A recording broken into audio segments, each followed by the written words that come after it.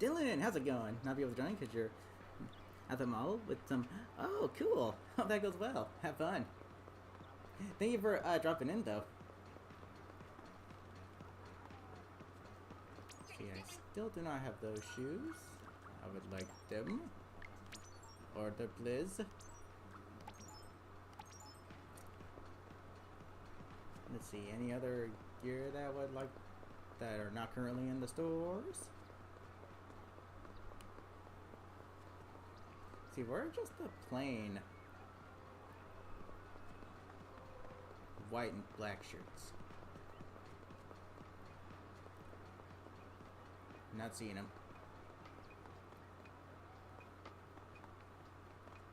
Anywho's.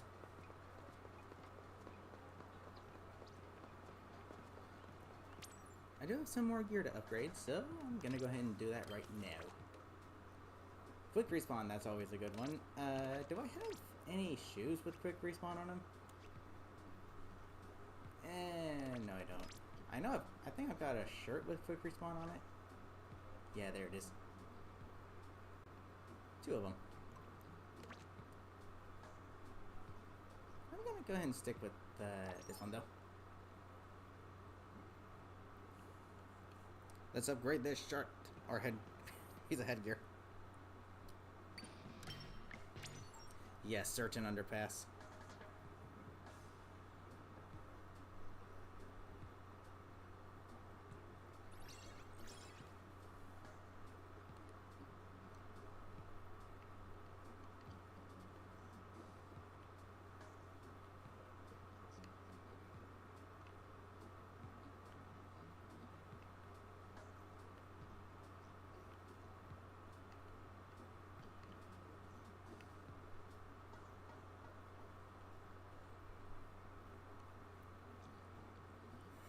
Space, how's it going?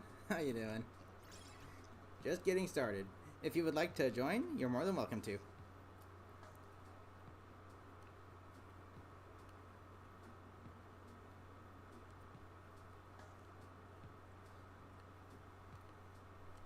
Yay, squid jump! Something I noticed about the squid jump minigame is it's randomly generated. The levels are all different each and every time. And sometimes that led to some pretty frustrating platforming on like level 25 because you'll get like 2 or even 3 back-to-back like really small moving platforms. And not the ones that move around, float around, but like the ones that, you know, are like the conveyor belts or something. Those things are, and they'd be like at the highest point of a jump, so you would have little to no time to charge up a jump to get to the next one. It's so annoying. There are 25 levels in total. Yep, I beat it so many times already. Okay, there's only one Splatoon 1 amiibo that I am missing, and it is the alternate color for the Inkling Boy. I saw a bundle that has the alternate color for, you know, the Inkling Girl and the Squid, but I only want the Inkling Boy alternate amiibo, and that's the only one I can find right now, and it's $202, so I'm just gonna be like, yeah, no, thank you. I'm just gonna wait until the alternate color for the Inkling Boy gets back in stock. Because that's literally the only Splatoon 1 amiibo that I am missing. After I get all of them, I plan on doing the amiibo challenges. But I want to make sure I get all of them before I do so, because I want to make sure that I can do them all. Can you earn Super Sea Snails by doing the amiibo challenges?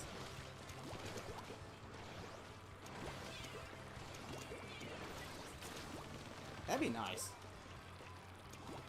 Because my only way of earning Super Sea Snails right now is to do just...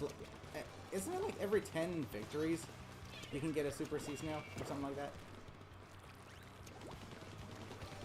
Yeah, that's my only way of getting Super Sea Snails right now. Which is kind of bad, honestly. It takes a minute. And I'm gonna customize some gear.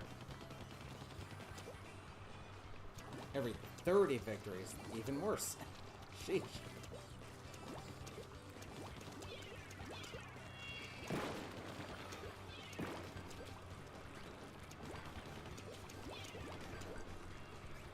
Are they going up? just barely not enough range. That's the only way to get super seasonals. So you can't do it with the amiibo challenges, unfortunately. Darn it. That blows.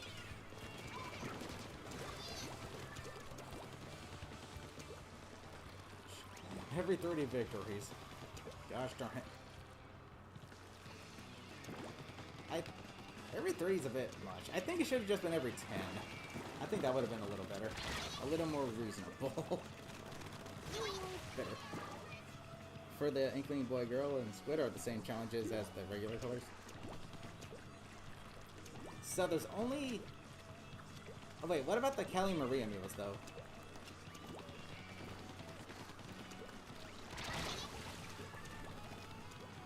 How did you just fly me that quickly from that distance with that weapon while jumping? Probably all 5 shots decided to home into me, apparently. Jeez.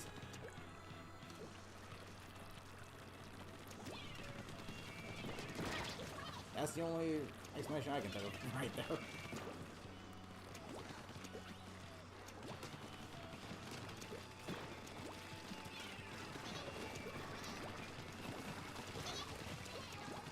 Give me the special overtime. Nope. Okay.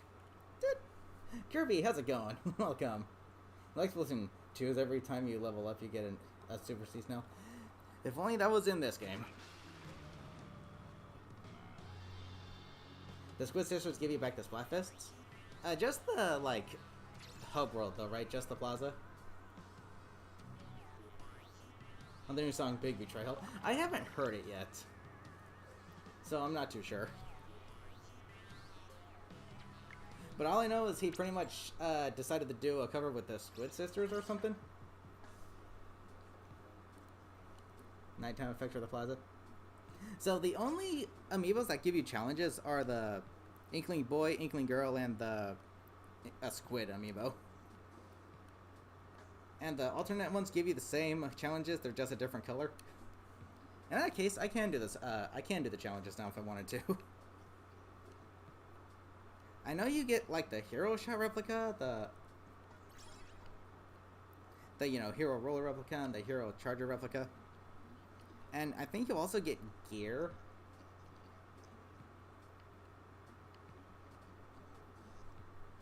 But dang, no Super Sea Snails? That blows. The low cap is 50. It will not work beyond that. Jeez.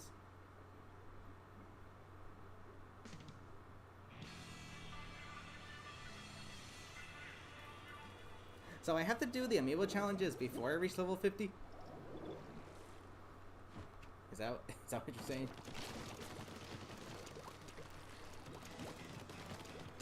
Get out of my way. I'm the one with the ink strike, therefore I can apply pressure to the enemy team pretty quickly.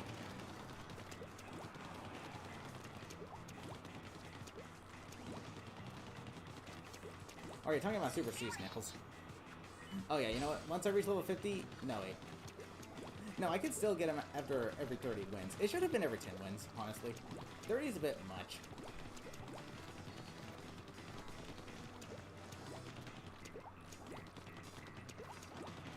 Oh, well, I mean, at least you would get, you know, Sea Snails for leveling up. Either way. As long as you do it, but... As long as you do it before you're level 50.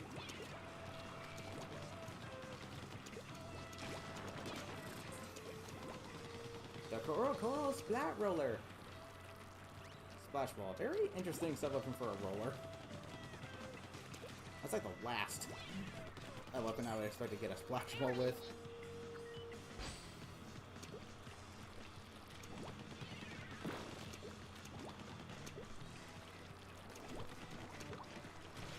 Oop, hello.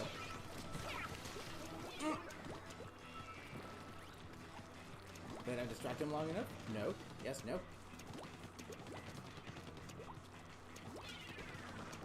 Oh, okay. I think you splat bomb.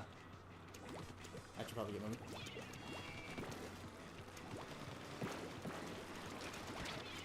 Look at this! A way to get around. You don't have to just go straight on through. Kill it. Jeez, even the worst designed maps in this game still take advantage of the movement that this game has to offer.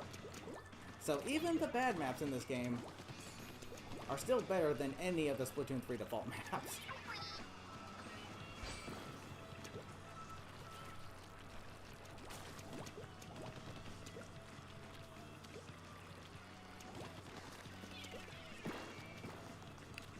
Jeez. The verticality is a bit messy.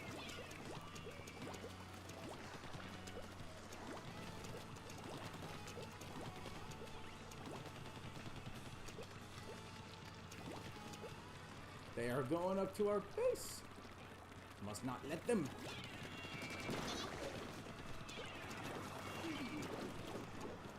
It's okay, I took care of him. I got him.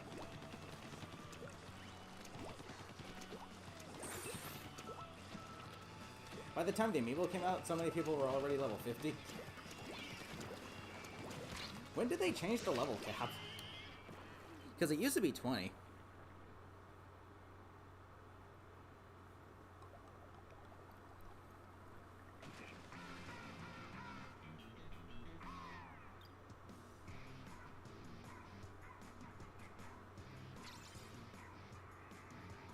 Only 4 spots. I feel like I got more than that.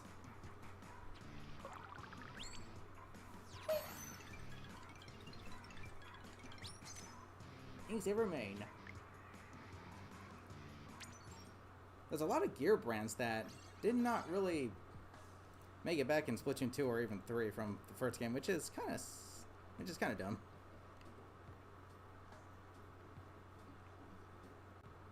But I wonder why Nintendo's giving us a big run at the start of the next season. Maybe it's because they need to hide their shame because it's going to be the least, impactful one for multiplayer. Only 8 new weapon kits. 2 new weapons and 6 new quote-unquote weapon kits. So maybe they just want us to do a 7 run instead. Boing!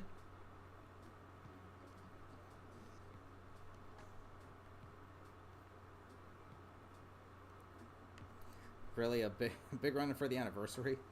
That's kind of lazy for an anniversary thing. Even the upcoming Splatfest is kind of a letdown because we already know who's gonna win. We already know who's going to win. When you know which team is gonna win the Splatfest before it's even announced in game, that is just concrete proof that Nintendo is not even trying anymore. Like just flat out.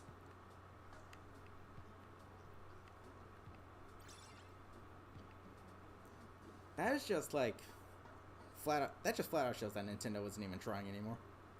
Jeez. The only reason I'm still gonna participate is just so I can get Super Sea Snails. That's literally it.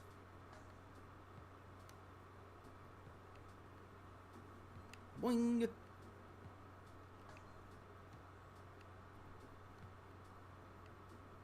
Oh yeah, the Deep Cut amiibo are coming, which is nice, finally. No, it's funny, because as I was looking up the Splatoon 1 amiibo for the alternate color for the Inkling Boy on Amazon, I saw that the Deep Cut amiibo were already there, but they said currently unavailable. But it also said, like over it's something like over 1K sold already, and I was like, how is that even possible? They're not even... Can you pre-order them or something?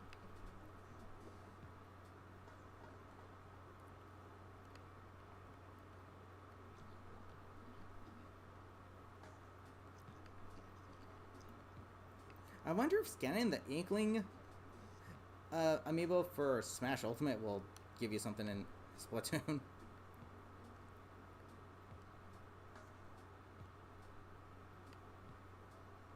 I doubt it, because they're intended for Smash, but that'd be kind of cool if they made them compatible with Splatoon as well, because they are, it is Inkling, so...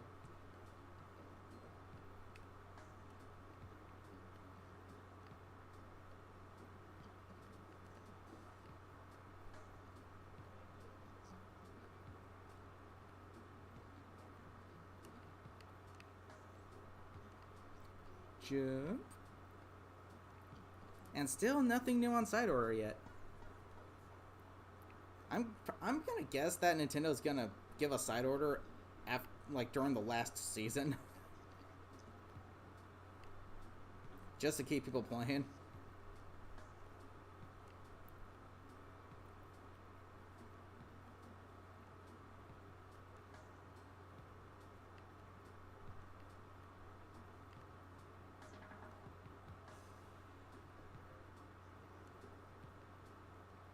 And that better be worth the price, because needing to wait as long as we already have for that, and it better not just be a literal copy and paste of Octo expansion.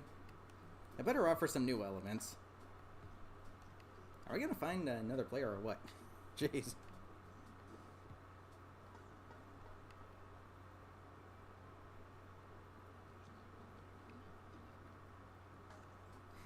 It's kind of baffling, really, because you see, like, in the story mode of Splatoon 3, how there are so many places that take advantage of the new movement system, like the squid surging and squid rolling.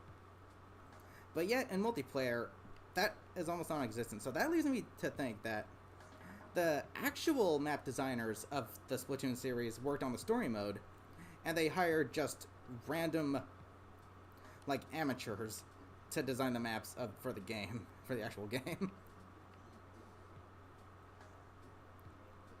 Why they decided to do that is beyond me, but it was really stupid if that is the case, because clearly story mode indicates that, yeah, Nintendo is aware that, you know, verticality is a thing in Splatoon, but in the maps of multiplayer, no.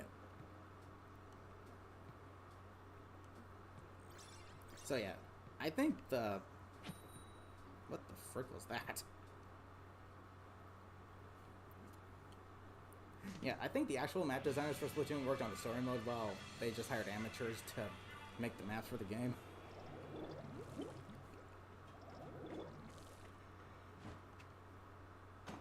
Why? So you can get this game... So they can get this game out faster? All the more reason I should have waited until summer of this year. It's funny, because in Splatoon 1, not only are the stages good, but visually they are really cool. Just the backgrounds and the lighting effects and everything, they just look really cool. In Splatoon 2, it was kind of... They looked okay. They looked okay. Definitely not as good as they did in Splatoon 1, in my opinion. And then in Splatoon 3, they kind of just suck. Visually and the way they play, both. I think they just suck. I don't get the same vibes from Splatoon 1 and 2 as I do with Splatoon 3. I just get, like... what's the word I'm looking for? Kind of just rush to market vibes from Splatoon 3, because that's what it is.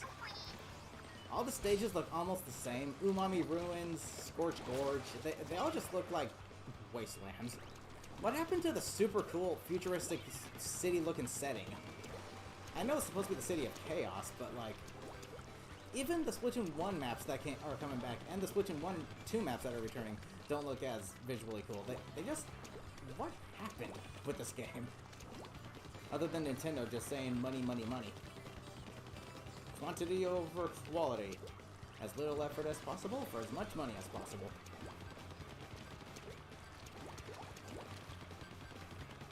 Seriously, what the frick? It's really dumb.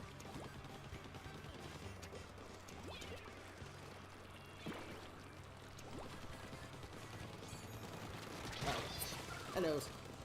The Game Awards are on my birthday this year. Lols.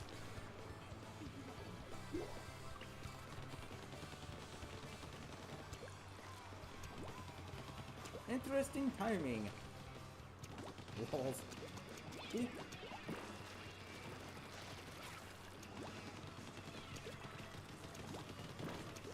I'm gonna head this way. Probably gonna get ambushed.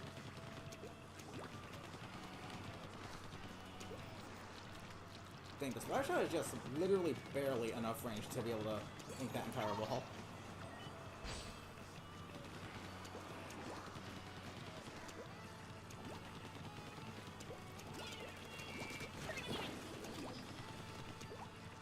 Sub-weapon combo. Burst bombs are my favorite sub-weapon in the Splatoon series, but unfortunately, They stuck the vanilla splatter shot with the freaking burst bomb rush, which I think is the worst bomb rush in the game, honestly.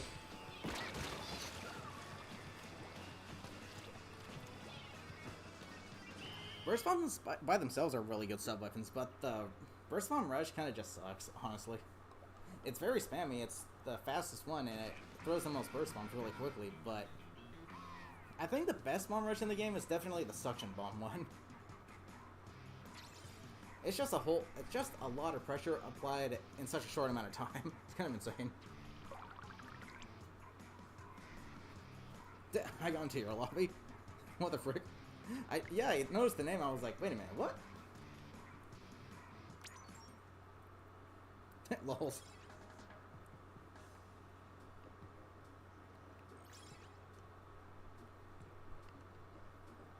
Bling.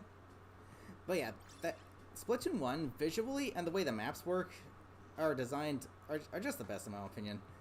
Not to mention the look of the weapons. They actually look like, you know, those Super Soaker water guns that they're supposed to represent.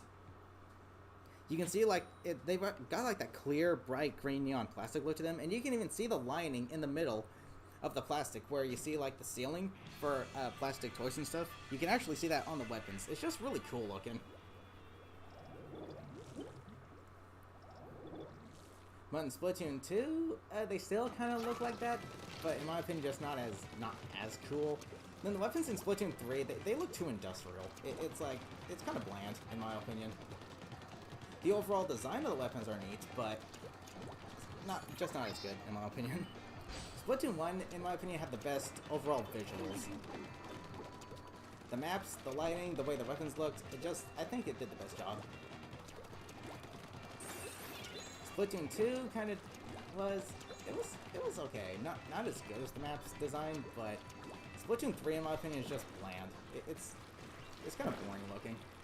I don't get the same fun summertime vibes as I do from Splatoon 1 or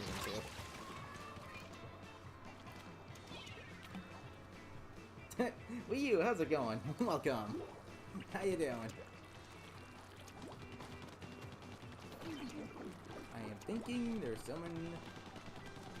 Oh, never mind, that must have been dealt with already. Let's see. Lols. More super chump weapons now than crab tank weapons. Maybe that's Nintendo's like answer to nerfing crab tank, just not giving it to a lot of weapons instead of actually just fixing it. Instead of nerfing it the way it should be nerfed, they just went the lazy route and said, okay, we're just going to stop putting it on weapons. The new special is now non-existent.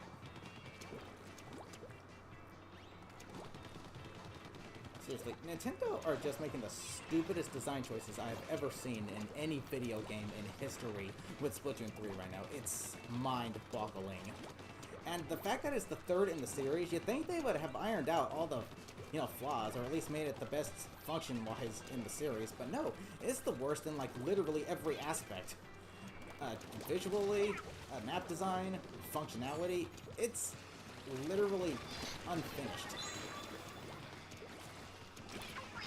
However, the only thing cool about that game, the only thing neat, are the quality of life changes, such as being able to finally decide what abilities you have on whatever piece of gear you want, regardless if it's a main or a sub one.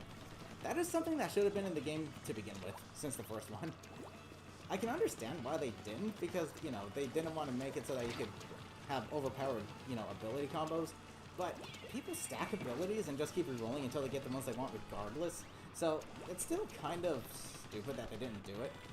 And then in Splatoon 2, they improved it, but it was only for sub-weapons. But finally in Splatoon 3, they did what they should have done to begin with. Main weapons, main abilities as well. And the two new weapon classes are pretty cool. I mean, Stringer is pretty neat. Though it kind of sucks, especially with the kit that it has currently. And the Splatoon Vipers, those are a lot of fun to play. So yeah, the new weapons and the quality of life changes are the only real good thing about Splatoon 3 in my opinion. But unfortunately, they're almost unnoticed because hardly anyone plays it. Hardly anyone wants to play it just because of how poorly it's being handled. It really sucks. It really does. Splatoon 3 has the potential to be the best in the series, but Nintendo is just not putting any effort into it whatsoever. And that just really sucks. It really does.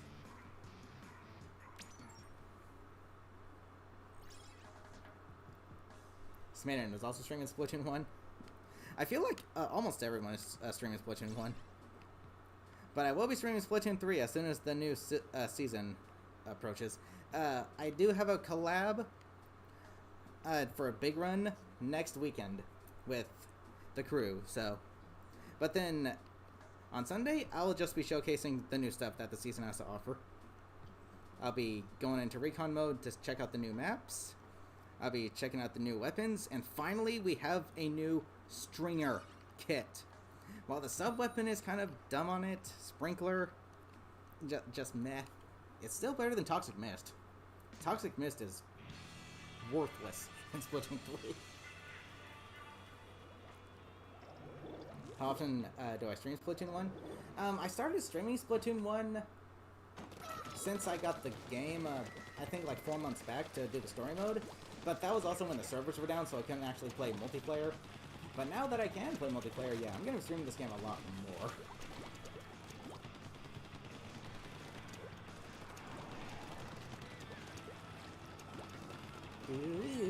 Dude, even the music to Splatoon 1 I think is the best.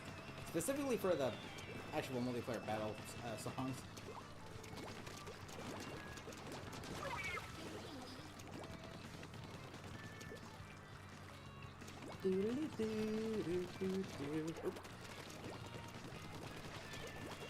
Hey, how's it going? Wow, can't believe that worked.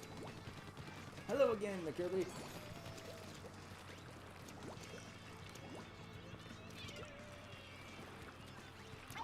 I'm gonna go ahead and paint this. Yeah, Nintendo. Hello again, McKirby. Nintendo flat out just needs to port this game to the Switch. There's no reason they can't. There's literally zero reason why they can't. Oh, but it's because the Wii U touchscreen features. Oh, well, yeah, you see how they transitioned that into with Splatoon 3 and 2 and 3 by being able to just pull up the map on the, Switch gamepad. Or the Switch screen, so they could do the exact same thing with this game. So, there's no excuse for that.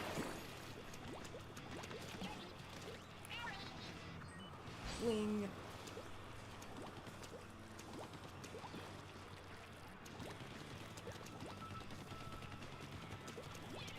They could literally just call it... How the heck? They could literally just call it Splatoon refurbished or something. Refreshened. I don't know.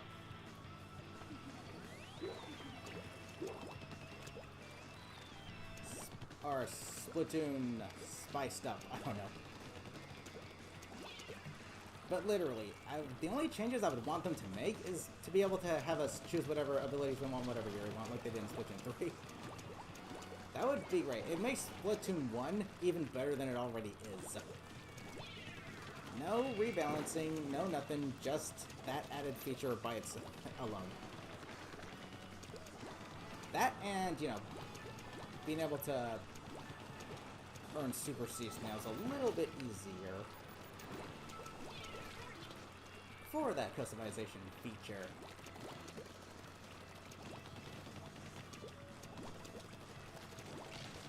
That'd be great. But unfortunately, knowing Nintendo, they're probably going to be like, oh, that's actually a good idea?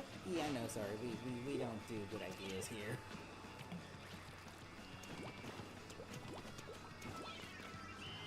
Bling! Neo Wolf, how goes it? Welcome. Resplashed. That could be another good one. Remastered. Yeah, it would just have to be a flat-out port, but with some new added features, such as the gear system from Splatoon 3. Being able to choose your abilities, regardless if it's a main or a sub. That'd be great.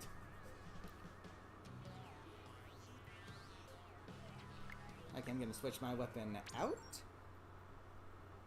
Needs to come back in Splatoon 3. I do not like Moray Towers at all. And if it did come back in Splatoon 3, they would butcher it somehow. They would make it just really bad. I'm pretty sure they'd find a way to butcher that stage. Just like they butchered every other Splatoon 1 returning stage. Okay, Camp Triggerfish I would like to see return. I like Camp Triggerfish. It's not my favorite map by any means, but it is a pretty darn cool looking map.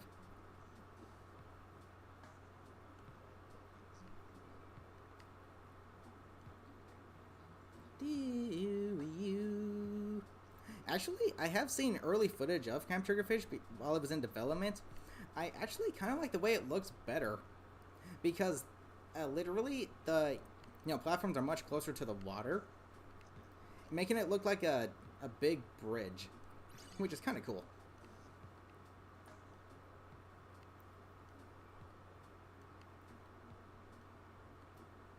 Jump, jump. I'm not too sure about the better graphics part, because the graphics in Splatoon 3, while they're decent, the frame rate is atrocious, and that makes me wonder how the heck that can be, especially if you're playing on an OLED. Isn't that supposed to be a stronger quote-unquote Switch? So how is the frame rate so bad on that thing?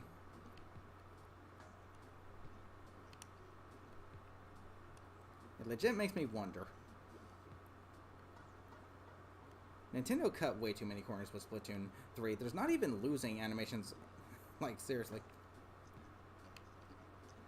I think losing animations would be better, because seeing the other team's victory animations just feels insulting. It's like they're taunting you. It's like, yeah, we won.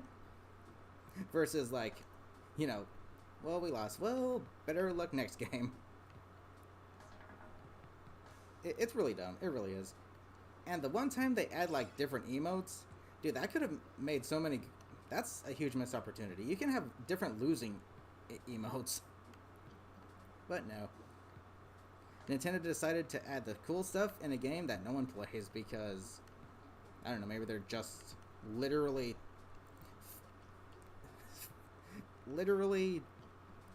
9 years delayed with their thinking. I don't freaking know.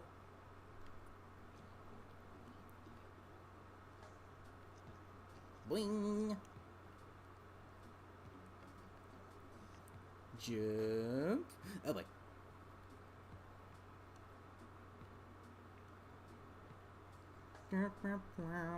I know this. Even the Splatfest and Splatoon 3 don't feel fun. They feel more like a chore than anything. It's funny how Nintendo did like this thing that made it look like we have our own Splatfest regions, but that was just to, lie to us about there actually being Splatfest regions. Nintendo legit has to flat out lie to our faces about what they do in their games. It's so stupid.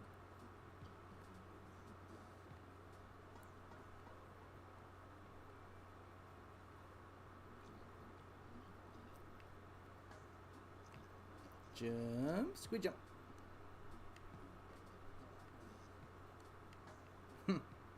That only applies to matchmaking.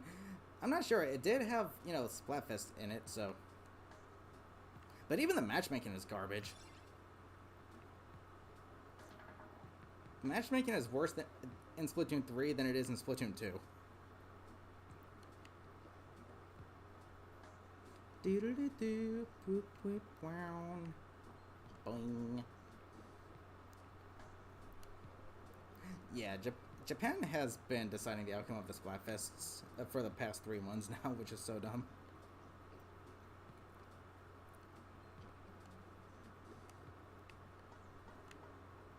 Uh-oh. Yoink!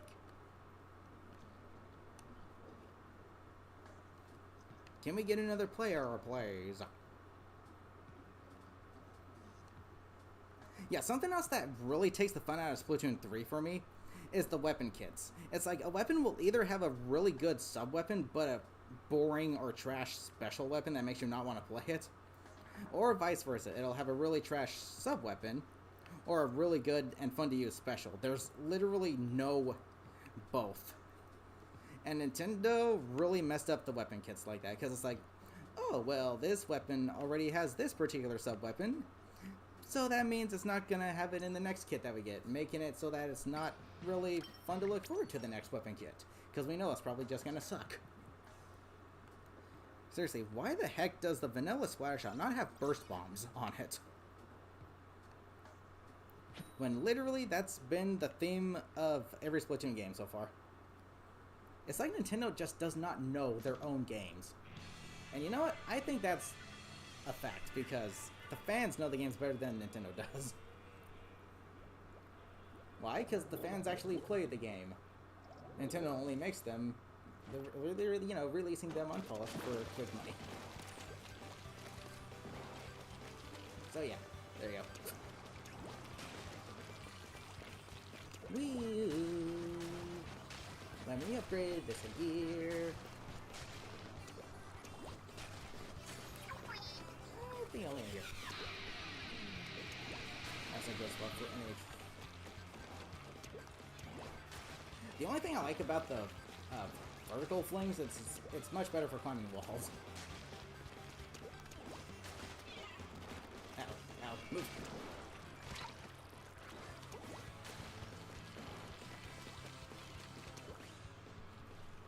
Use Agent 3 if I have it. I do not yet have it because I have not done the amiibo challenges. That did long enough.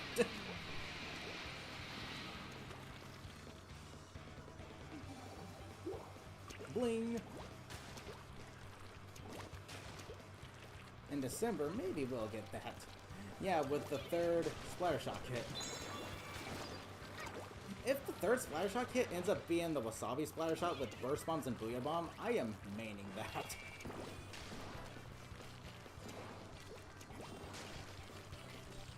But they're probably gonna give it Reef Slider because, you know, that's the closest thing to Splashdown. Because we all know how much Nintendo likes to reuse kits and be as unoriginal as possible. Despite the fact that Reef Slider is not Splashdown. Splashdown is Splashdown. Kraken Royale is not Kraken. Kraken is Kraken. But Nintendo seems to think, oh, it should perform the same way. That just further cements Nintendo not knowing their own games and the fans knowing the games better than they do.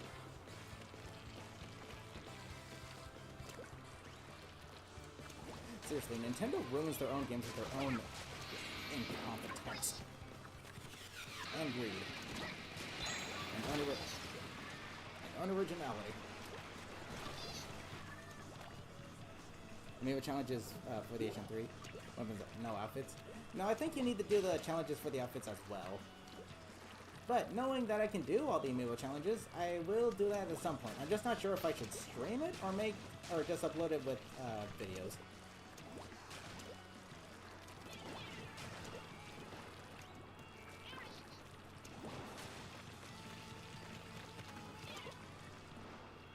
Suction bombs can eat walls too, just not as good as burst bombs. Uh-oh. Going down.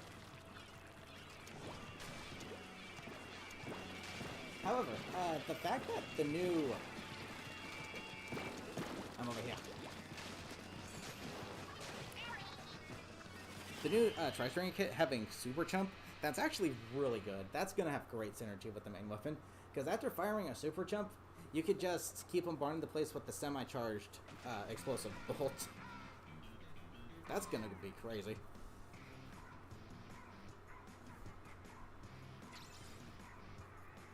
Jeez, what's with all the DCs? Holy fudge. Helps you build up your special much faster. I know, but the thing is, Sprinkler and Splatoon 2 and 3 kind of suck.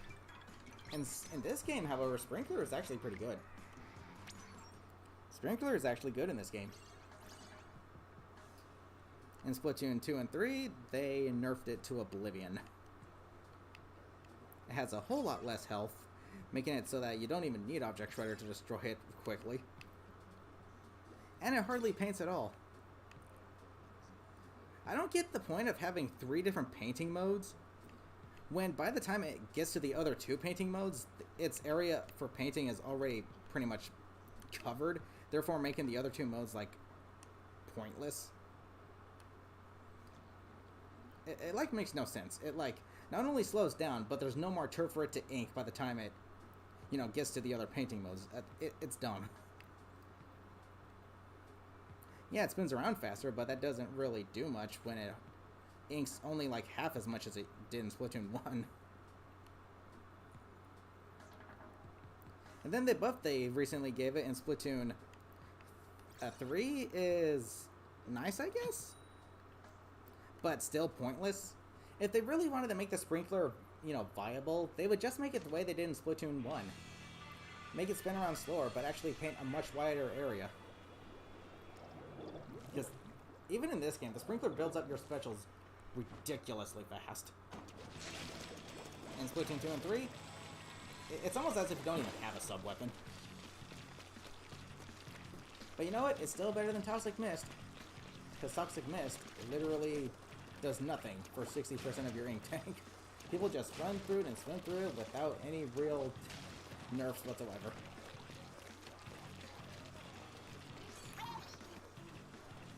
Are they gonna jump down?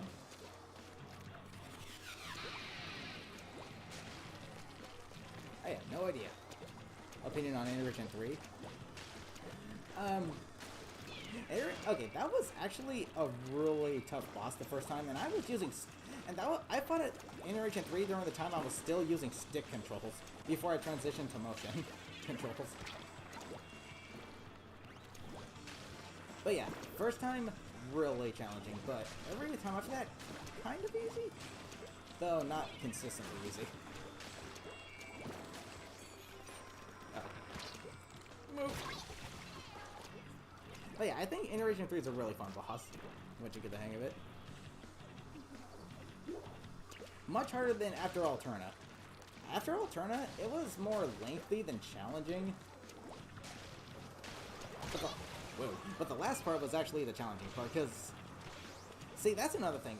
Whenever you have DCs in Splatoon, and they are prominent in Splatoon 3, they happen pretty much regularly, regardless of how good your internet is. Because Nintendo's online is the worst online in any video game company. Why don't they just do what they do in, I don't know, Smash or Mario Kart, where they make it so that an AI, is there now? Like, seriously? They can demonstrate they have AI capabilities in this game with the Octolings in the story mode. So, what's their excuse for making it so that an AI doesn't play the player that DC'd? Seriously, it is dumb.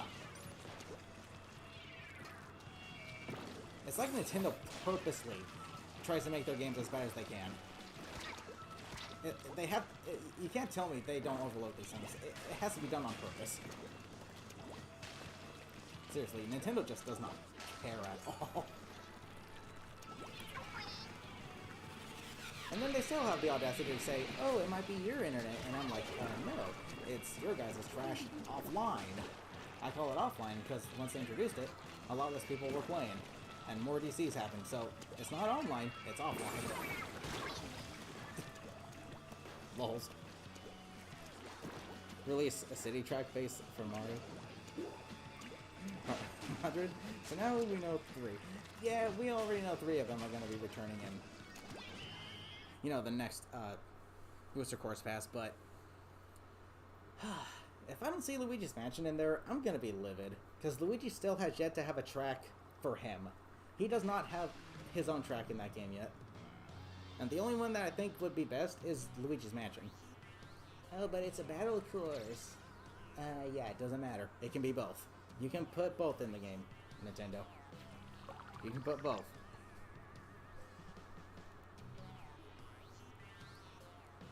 So yeah, if I don't see Luigi's Mansion, I'm going to be livid. Have I been in Splatoon 1 campaign? Yes, I have. 100%ed it as well.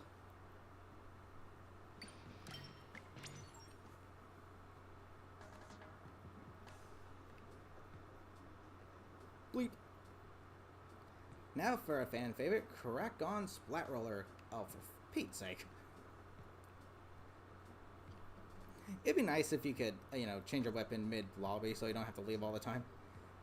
But, again, given how this is Nintendo's first Splatoon game, I can look past the flaws because it's their first time doing it. So, understandably, there's going to be some, imperfections or whatever. Some stuff that needs fine-tuned. But there's no excuse for it being as bad as it is in Splatoon 3. it's their third installment. There is no excuse for that game to be as bad as it is. Absolutely no excuse.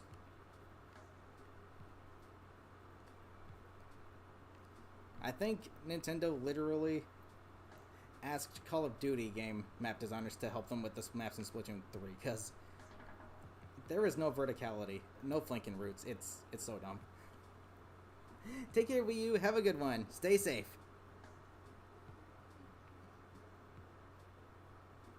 So for people to say Splatoon is Call of Duty, but with Splatoon gameplay, they're actually still not 100% accurate, but somewhat accurate. Because the maps are literal hallways. There's no flanking, no verticality. It's so dumb. And that's when they introduce Intensify Action. A game that doesn't need it because there's no reason to use it. With the exception of the, better jump RNG while, jumping. Jeez. Splatoon 4 win. Given the current state of Splatoon 3, I would not be looking forward to a Splatoon 4. They're probably going to make it worse somehow, because that's what they've been doing, is getting worse. So, yeah. I would not be looking forward to a 4. What I would be looking forward to is a port of the first game to the Switch. That would be good. That would be great. Take care, McKirby. Have a good one. Stay safe. But yeah, given the current state of Splatoon 3, yeah, I would not be looking forward to a fourth game. I would just be like, oh good. Ready for more really well-looking stages? Worse map design. This time, I imagine in Splatoon 4, they would literally make maps completely flat. No walls, no nothing. It would literally be first person or third person on Final Destination from Smash Brothers. That is probably what they would end up doing in Splatoon 4 if they made it. Completely flat maps with the blandest backgrounds ever. Just a bunch of rocks, dust, and rubble. Nothing cool in the background. No moving cars. No cool looking beaches. No nothing. They just make them as bland as possible.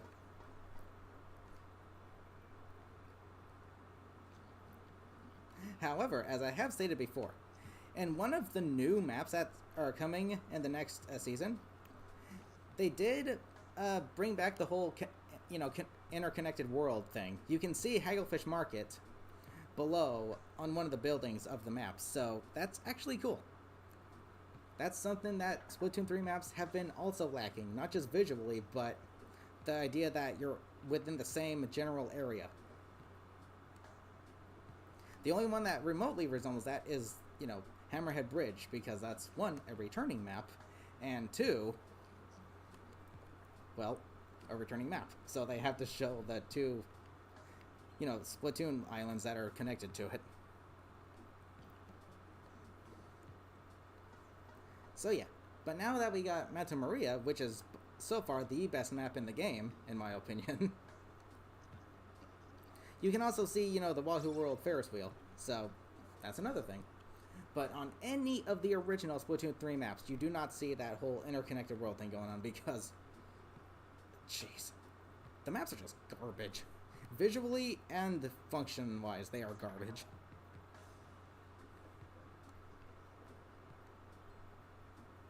However, I will admit, Eeltail Alley is kind of okay visually. It kind of does give me the same vibes you would see from a map like Splatoon in Splatoon 1, just like Flounder Heights, which did return in Splatoon 3, but guess what? They butchered the map. They got rid of like 2 big flanking routes. Nintendo are allergic to flanking routes. They're allergic to good map design, apparently.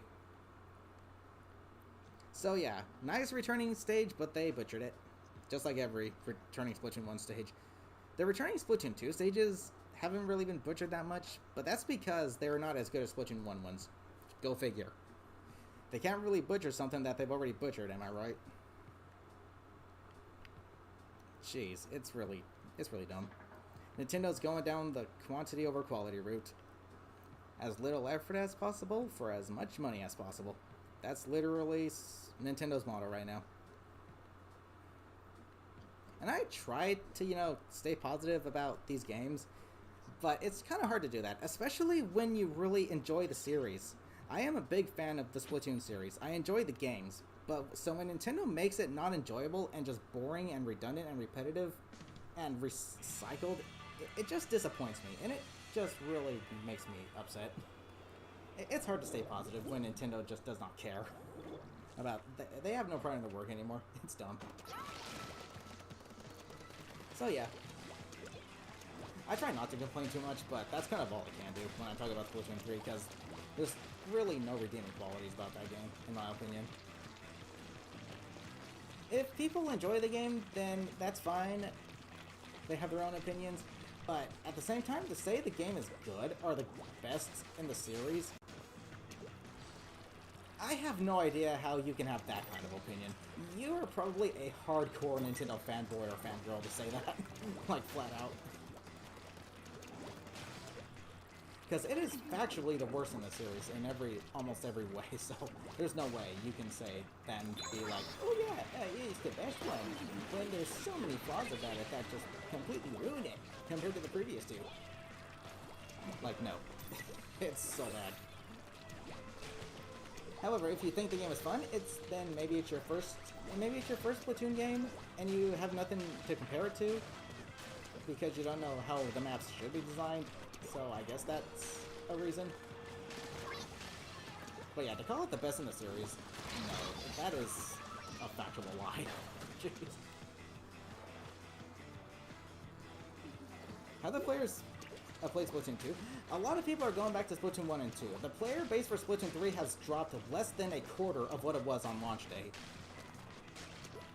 There's hardly anyone playing that game right now. It's insane.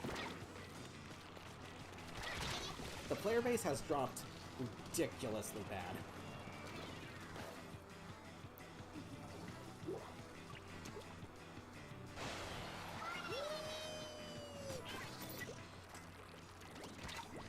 Hello. Greetings. Oh. Hydra. Gotcha. But yes, Splatoon 1 is getting a lot more players now. Splatoon 2 is also getting a lot more players. Splatoon 3, on the other hand, is you kind of see the same people over and over again playing it, even if it's content creators. The only reason I would play that game right now is just to test out the new season. After maybe about a few hours of it, I'm just going to say, okay, back to an actual fun Splatoon game. Like, I got the catalogs filled up within like a month and a half when the game was brand new. For the first like 3 seasons, but then the most recent seasons, it took me almost the full season to fill up the catalog, just because I have no motivation to play that game. So yeah, I legit just have no motivation to play that game. I really don't. It's bland, it's stale, it's gotten boring, it really has. And Nintendo still has a whole year to improve the game, so if they actually release a huge update, giving every map a complete overhaul, making them actually good, then I will be playing that game a lot more often. A lot more often. But one of the biggest reasons I just don't enjoy playing the game is because once you play it on one map, you've played on them all. They all just look visually boring, and the way they play is just really bad. They're all just hallways. It's like you either have to push into the enemy base at the start of the match to keep them pinned down, or if you bother pinning the base, you're gonna get pinned down, and you can't get out because there's literally no way out of the base. They're bad. So yeah, if they did a complete overhaul to all of the maps in that game, I'd be playing it a lot more. If they made the maps actually good, if they were decent, I'd be playing them.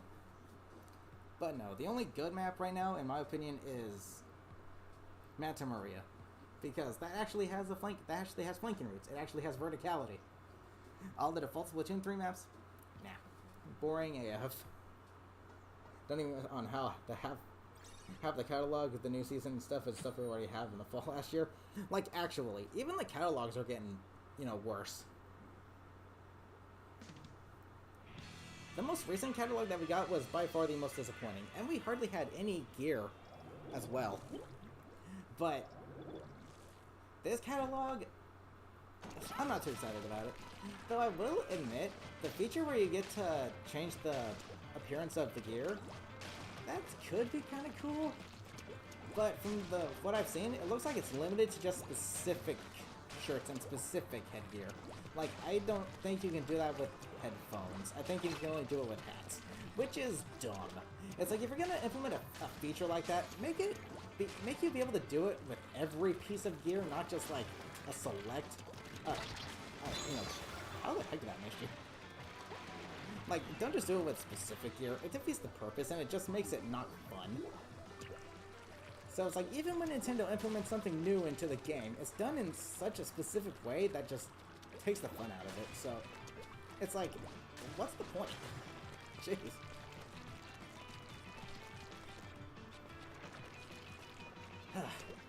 I really should just stop complaining, because it doesn't matter how much, even, you know, like the big content creators complain about the maps, which they still do. Nintendo just does not care. They ignore any and all criticisms and just say, what? Oh no, there's nothing wrong with our games. We make the best games. We have an inferiority complex. Jeez. But yeah, seriously, Nintendo just does not listen to the fans at all. Sega does what Nintendo don't, still to this day. And that's a flat-out fact.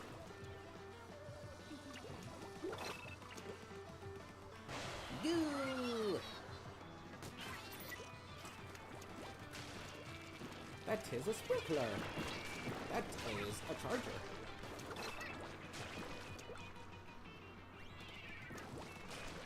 Can I get my Kraken? Dude, the Kraken logo, the Kraken brand logo is really cool looking. I like it a lot. It's probably my favorite brand logo in the Splatoon series. It's very fitting, and it really gives you summertime vibes as well. It looks like a logo for like a, you know, a fizzy Fanta drink or something. Just a fizzy drink. Which is fitting, given the whole theme of Splatoon. It's like summertime. Using Super Circle water guns.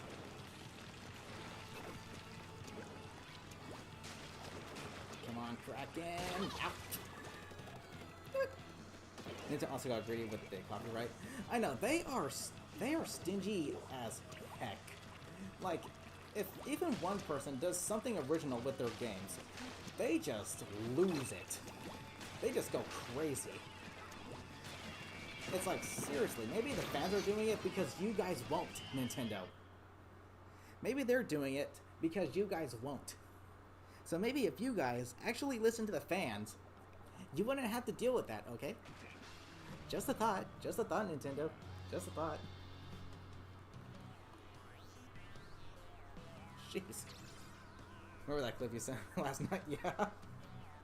That sums up Splatoon 3 perfectly. Literally, you can do anything SpongeBob and it would fit Splatoon. That's just how good the writing is for the originals.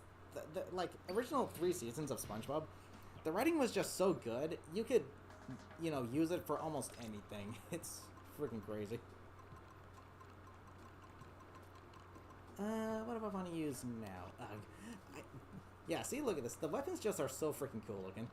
They got that really bright neon clear plastic Super Circle water gun design, which is really cool. You can even see the lining going down the middle, where the ceiling for the plastic is. It's really cool.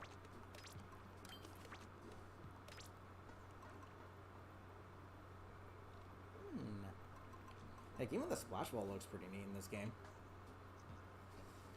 It just sucks that this weapon got stuck with Burst Bomb Rush. Really sucks. Because Burst Bombs are my favorite sub-weapon, but when a weapon has Burst Bomb Rush as the special, I just don't like it that much, honestly.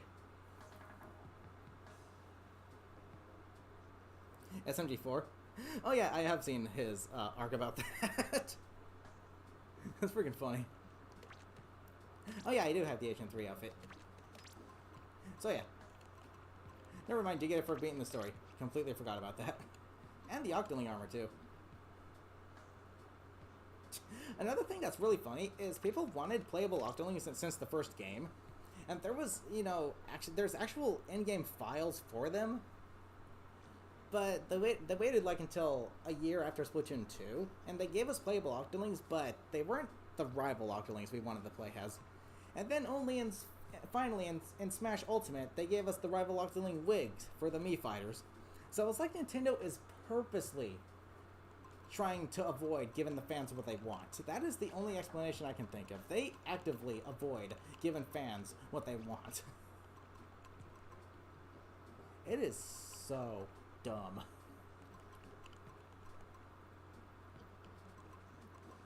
Let's see, where should I go? You know what? Let's go to weapons.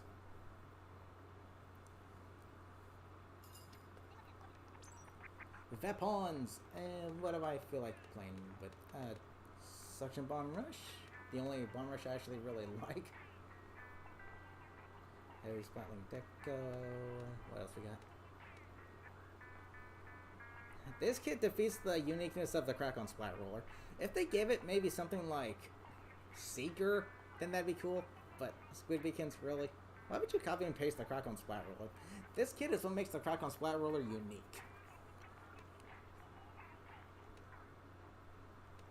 Let's see. That's a pretty good combo. What else? To think this is the only weapon that has Seeker Rush. This is the only weapon that has Seeker Rush. You need to beat the Inkling Squid Amiibo challenges. Yeah, I'm gonna be doing the Squid Amiibo challenges here very soon, but I'm not sure if I should do them in the form of a video or if I should stream them. That's the thing.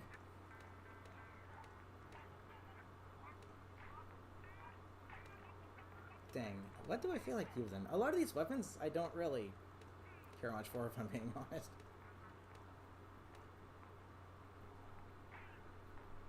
You know what? Maybe Cherry H3. Not sure though. I'm surprised Nintendo couldn't think of a third kit for the Splattershot Jr. I can think of one. Just call it the Seaweed Splattershot Jr. And the sub-weapon would be the point sensor, and its special would be the Killer Whale. Because I don't think that combination exists in this game. I don't think there is a point sensor Killer Whale combo in this game. There's Disruptor Killer Whale combo.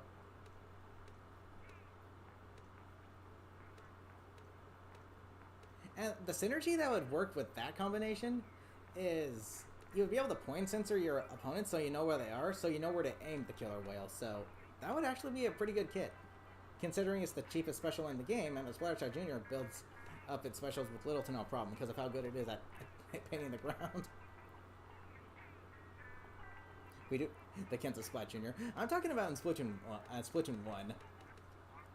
Because we got 3 vanilla Splattershot kits, we got 3 Splattershot Pro kits, but we only have 2 junior kits in this game, unfortunately. It could have been a Sheldon's pick and been called like the Seaweed Splattershot Jr.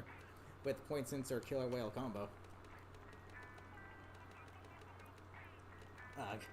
What weapon do I want to use? I don't know.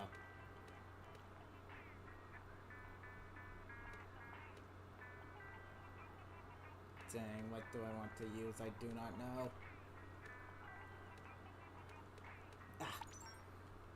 Oh, but you know what? Something I should do is show my Nintendo Network ID, so if you guys want to join, you're more than welcome to, so let me do that real quick. Ah, crud. News! Please give me Anchovy Games. That is the one map I have not played on yet. Ugh. Dang it. I don't like... Oh, come on. Urgent Underpass was in the last rotation, and so was Anchovy Games. Shit, you couldn't put that in dust. Ah, Turf Wars. Okay, fine. I just got done using the Crack-On Splat Roller, so you know what? Blue, how's it going? Welcome. How you doing? Let's go Slosher. Slosher's a fun one. Dude, this Slosher combination is really, really fun. Okay, but yeah, my Nintendo Network ID. Let me show you guys in case you guys want to send me a request so we can play. There it is, right there. Dang, I haven't played Smash on the Wii U in a while.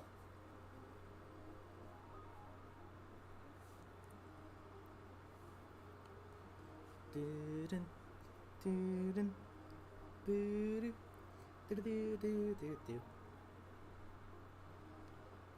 Okay, so there you go. Doing fine? That's good to hear. I'm doing good too, thank you for asking. If you wish to join, you're more than welcome to. Both of these maps have the same color combo on the pictures. I like Bluefin Depot though. I actually really like this stage. Not only because of the way it plays, where it feels like there's a constant back and forth on this stage, because while you're inking one side, the enemies could be inking the other side, and then you can just keep going in circles like that. Not only that, but the background and visuals on the stage, they're just so freaking cool. I would say Bluefin Depot is probably my second favorite map in the game. First one being Urchin Underpass.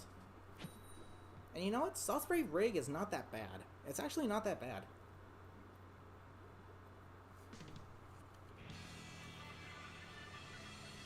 Want to test something? Okay. What are the kids for the sloshing machine? In this game, it's the vanilla one. It has Splat Bombs and Splat Bomb Rush, while the Neo has Point Sensor and Inkzuka. And there is no third kit for the sloshing machine in this game.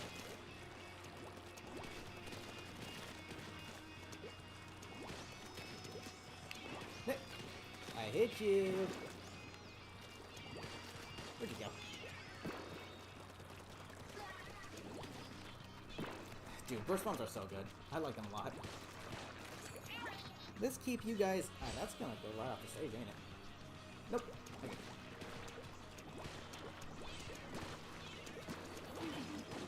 I suck. I'm out of here. I wasn't even paying attention to my ink consumption there. Whoopsies! Fleshies, how's it going? Welcome. How are you doing? Another thing about Splatoon 1 is that a lot of the weapon kits I really enjoy using. This is one of them. It's hard for me to actually, decide on an actual main weapon in this game because there's a lot of weapons that I just really enjoy using. They're just so much fun.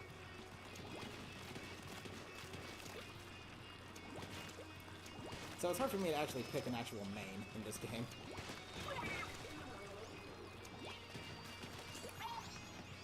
And you can stay in your spawn for a second. However, I will admit, this Slosher kit right here, very close to being my main. The combination of Burst Bombs with the Slosher specifically, along with it having Aim Strike as its special, it's just really, really fun. It's just a really fun weapon and a really fun kit to boot. And that's something that Splatoon, even sometimes Splatoon 2 lacks. Just the fun.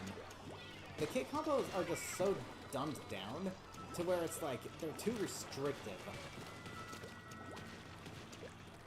And that's something that made Splatoon 1 just a lot of fun. The kit combinations. I mean, I can understand why they toned them down, because some were legitimately pretty OP. See, Burst Bomb into that. Pretty busted. But you know what? That's what makes it fun.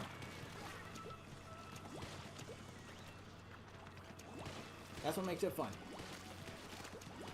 And I actually feel like I can actually do something with this thing.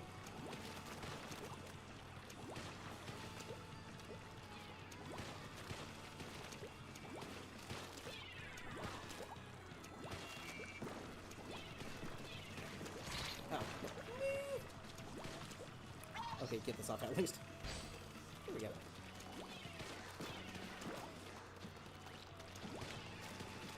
Where'd you go? Hello. Yeah, Bluefin Depot, definitely my second favorite stage in this game. Use a good Inkzuka kit. There's a few good Inkzuka kits in this game. The Carbon Roller being one of them. Let's play New Super Mario Bros. U. Nice! Hope that went well. Splatoon 3 has Point Sensor and Trizuka. Wow. Does either a Splatoon 1 kid have Point Sensor? Yeah. The Neo for this game. But how the heck does the Neo not have Killer Whale 5.1? That was literally on the, Table Turf battle card for it. See, and that's another thing Nintendo does that really ticks me off. They reuse kits. And while that's fine, I mean, if they're trying to make the kids fun like they were in the first game. The problem is, they're not the same weapons. The Trizuka is not the Inkzuka. Inkzuka is Inkzuka. Trizuka is Trizuka. Therefore, it's not as fun. And that's something Nintendo does not get. About their own games. They do not know their own games, just flat out. Zinc Mini Splatling in Splatoon 3. Toxic Mist with Big Bubbler. Yeah, that's gonna be as good as Disruptor and Bubbler combo from this game. No, it's not. It sucks. It absolutely, totally freaking sucks. Jeez. Nintendo just doesn't understand the concept of originality anymore. It's like, oh, if we repeat the kits with different specials and subs, it'll still be fun. No, it won't. And if you're gonna repeat so many kits, why does the vanilla slosher not have burst bombs? Why does it have splat bombs? Thus making the T-Tech splatter shot the same kit as the wasabi in this game. Making the vanilla one the T-Tech from this game. Not giving it burst bombs when that's been a staple for it since the first game. Nintendo is not even trying anymore. They're out of ideas. Holy cow, it's mind-boggling.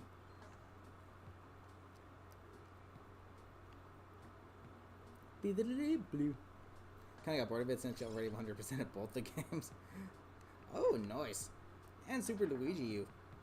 The year of Luigi. I liked how in 3D World you can actually see little, the pixelated Luigis from the original Super Mario Brothers on the NES. Or the SNES, rather. That was pretty cool. Have I ever played hide and seek with viewers? Yes, I have. Plenty of times. In Splatoon 2. I think Splatoon 2 is the best Splatoon game for minigames, honestly. Because while the maps are still mediocre, minigames and with the maps on Splatoon 3 kind of just suck. And Splatoon 1, there's not really much you can do in terms of minigames. Because the specials are kind of too... They're straightforward, which is nice, but... It's not like you have, like, ink mines that don't detonate until someone touches them or something. You can still do bumper brushes, which is nice. You can probably do crack-on bumping. But the person who has the most amount of special duration of it is going to win that one, so, yeah. Bling. Bling. Hoping that Super Mario Bros. Wonder will have original bosses. And no star coins. I'm pretty sure the bosses will be original at least, but I'm not too sure about the star coins. They might do something similar, but maybe make them something like, I don't know, Wonder Coins.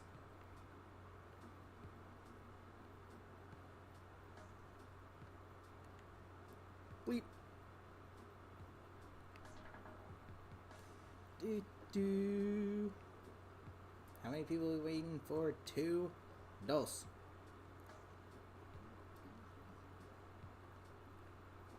But yeah, I really am trying not to be as so negative anymore because it just doesn't sound good, but when it comes to Splatoon 3, that's pretty much all I can be. It sucks.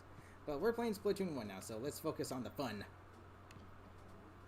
Nintendo confirmed that Mario Bros. Wonder will not use... Yeah. Mario's original voice actor, who is also Luigi's original voice actor, has retired. So I wonder who they're gonna get to do Mario's voice now. Is it gonna sound, at least similar?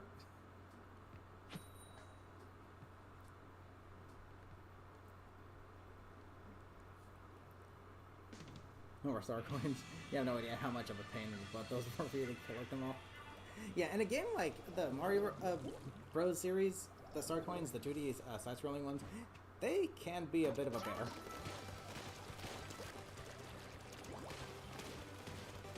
But in the 3D games, they're actually not that hard to get. Give me the ink strike. Right out of the gate. Boom!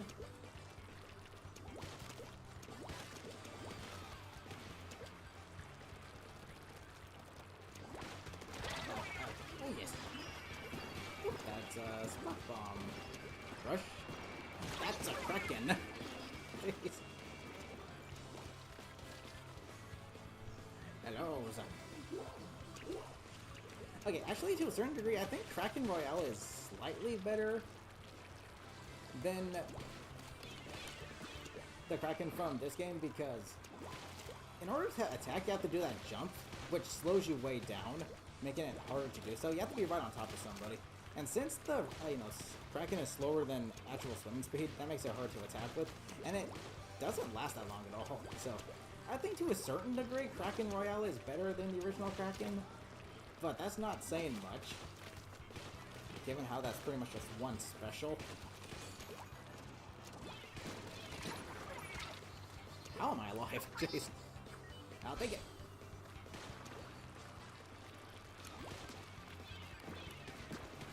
Woo! Oh yeah. Little root down here. Oh. What the frick was that? Jeez.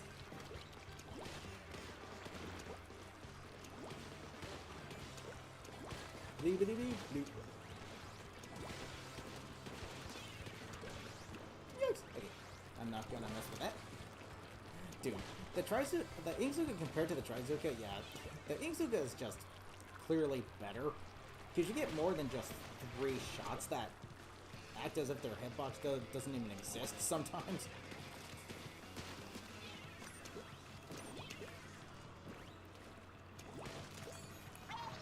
Seriously, sometimes I feel like when I fire the Trizuka at somebody, the 3 shots just go completely around them. I feel like the hitbox doesn't even exist. It's like day 1 Ultra Stamp.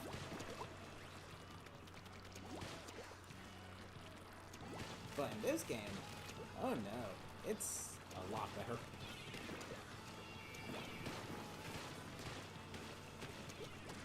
What? How's it going? Hi, how's it going? How you doing? How you doing? You doing good? Good, me too. Kill it, kill it. Kill it. Here's a good spot. Yeah, I'm still here. How's it going? Good. I'm still here.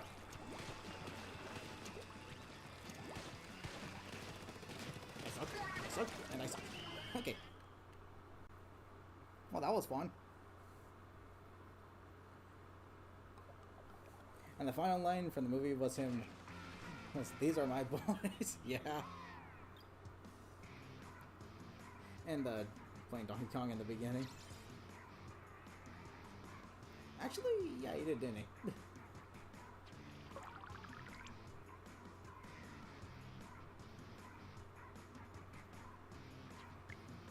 Bleep. Yeah, see, this slosher combo is just a whole lot of fun. Burst bombs combined with the slosher. Jeez. You know what, though? What do I feel like using now?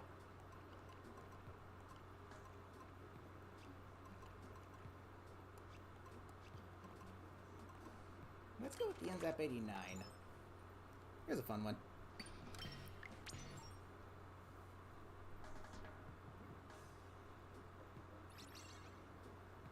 I'll play hide and seek with each other in Splat 1 before. I imagine in a game with this much verticality on the maps, playing a game like hide and seek would be kind of hard, especially if you're the hiders. Or the Seekers, rather, because you'd have so many places to try and look. You'd probably have to go into ranked mode to do it for the 5 minutes instead of 3. Because these map designs are ridiculously good.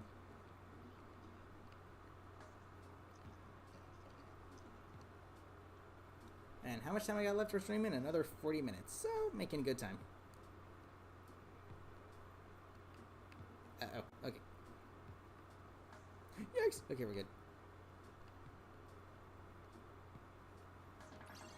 Again, if I have to show my Nintendo Network ID, I'll go ahead and do so.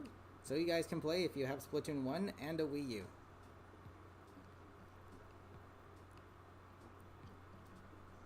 But yeah, I'm gonna try to stop being so negative, because it doesn't really get anyone anywhere, really.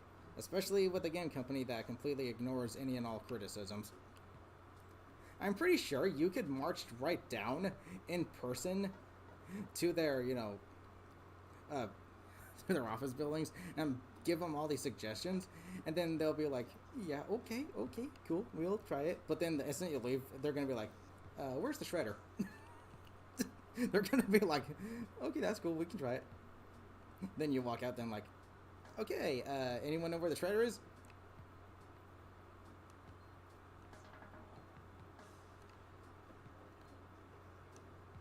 Boing boing.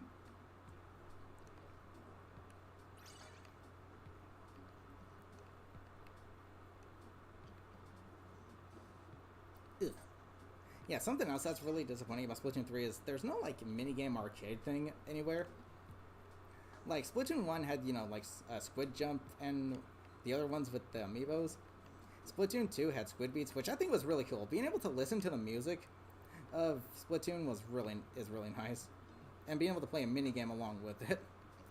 But we don't have anything like that in Splatoon 3, which is just also another huge letdown.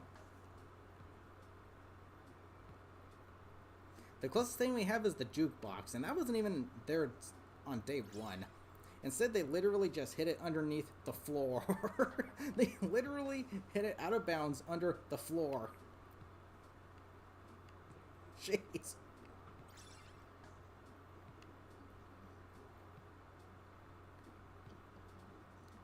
But now the jukebox is a thing.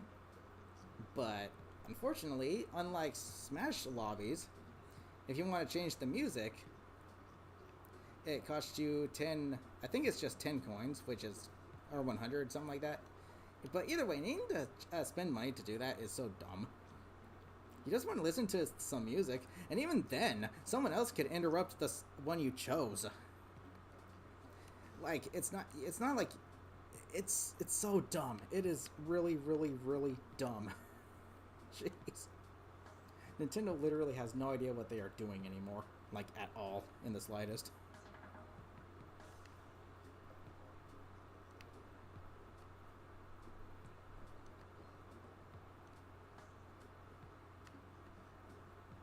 Okay, una más, por favor. We need one more person.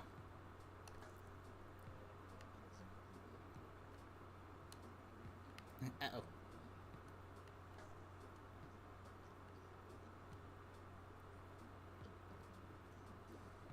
If you had a Wii U, you'd get Splatoon 1 on the shop. But they closed. I mean, you can look for a physical copy on Amazon. Not sure if they would sell it at GameStop anymore. They might? But I think Amazon would be your best bet. Bluefin Depot. I like this map a lot.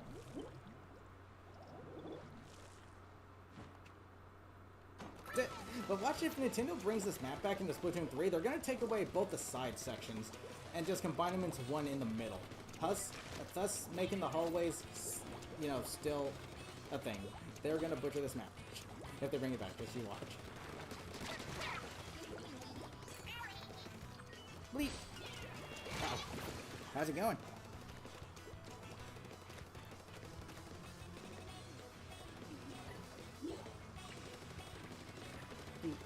But this is a map that I would not mind seeing return, because I really like this map in Splatoon in this game.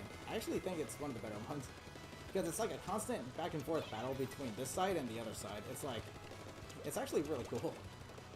Not only that, but visually it's nice. I like seeing the background and the houses and stuff, and the city over there. It's just really freaking cool. Splatoon 1 definitely had the best visuals. At least in my opinion. But it definitely had the best map design. That's pretty much a fact.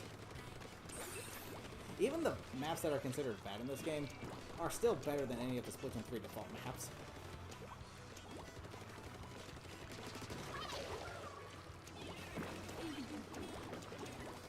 Oh, don't move. Stream. Yeah, that's something else I noticed. For some reason, it doesn't matter whose streams I go to, even if it's my own streams. Like, the quality will just continuously drop. And if you try to, you know, play streams at a higher, you know, quality, like at 1080p or whatever, they will continuously buffer. I don't know what the deal is, but YouTube needs to fix that. I don't know what they did to streams, but they butchered them.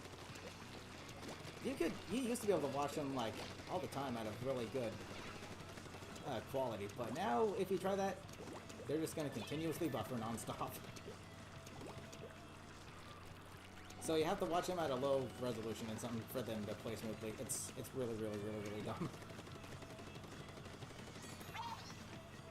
Even though I have my settings set to, you know, a really good resolution with as little stream delay as possible. Hey look, verticality! Flanking routes with walls to protect you from chargers. Who knows, maybe the map designers from Splatoon 3 are charger mains and they just want to give themselves an unfair advantage. I don't really know.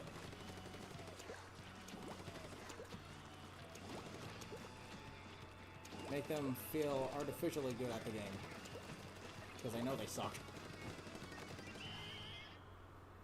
At 36 right now. To prevent... yeah, jeez. I'm not sure what YouTube did with streaming, but they should fix it soon.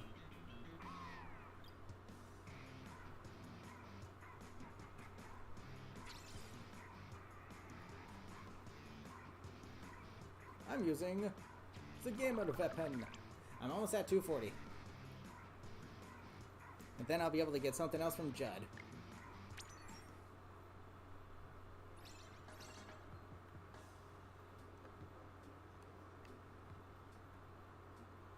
Wonder what it is.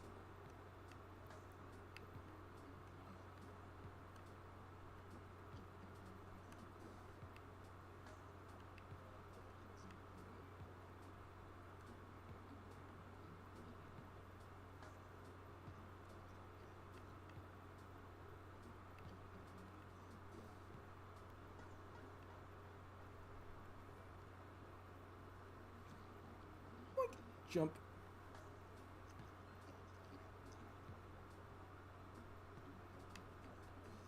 Ah, crud. Dang it, the starfish in the squid jump minigame can either be really helpful or really detrimental.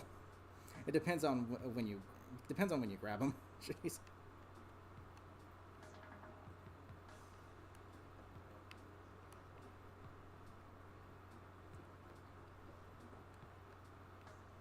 Uh-oh.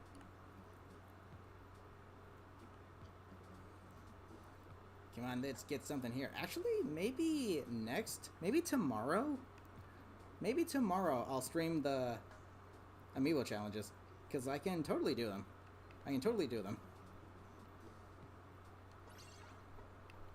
But, aren't they literally just, like, challenges from the story mode, but with, like, an added, whatever it is, a condition or something? Like, that's so dumb. Like, use as little ink as possible, or you can... I know one of them is, like, play as a Kraken the entire time, which is pretty darn cool.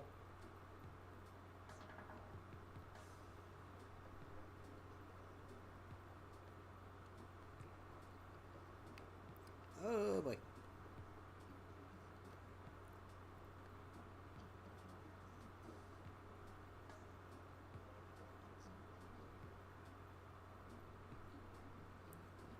Looks like we're gonna have to wait for another lobby. Lols. But yeah. I'm gonna try to stop being so negative. Jeez. Though it's pretty hard not to when you're talking about Nintendo. But yeah. Let's keep the positivity up. Hey, there we go. More people. And someone left. We could be starting a match right now if that one person didn't leave.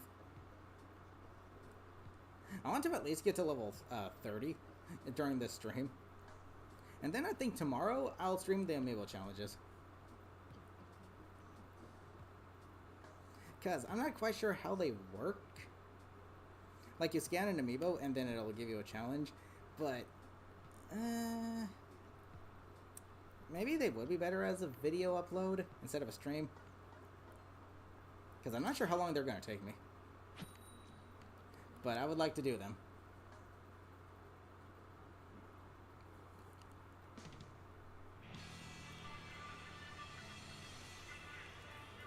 want them all. Dude, I want Starfish Main Stage to return. That was actually one of my favorite maps from Splatoon 2. Not only the way it played was fun, but it was visually, I think, the best looking map in the game, visually. You're unlike this, like, concert stage next to a beach. It's just so cool. That right there is summertime vibes. Right there.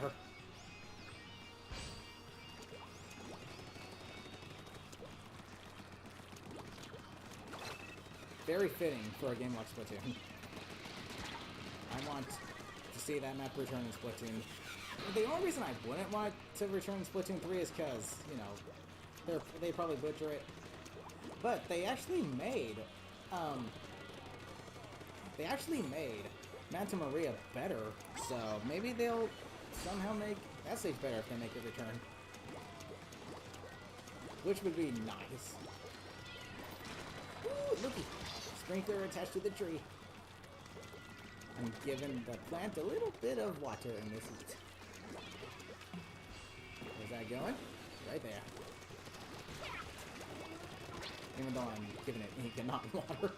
The closest thing to that would be the light blue ink.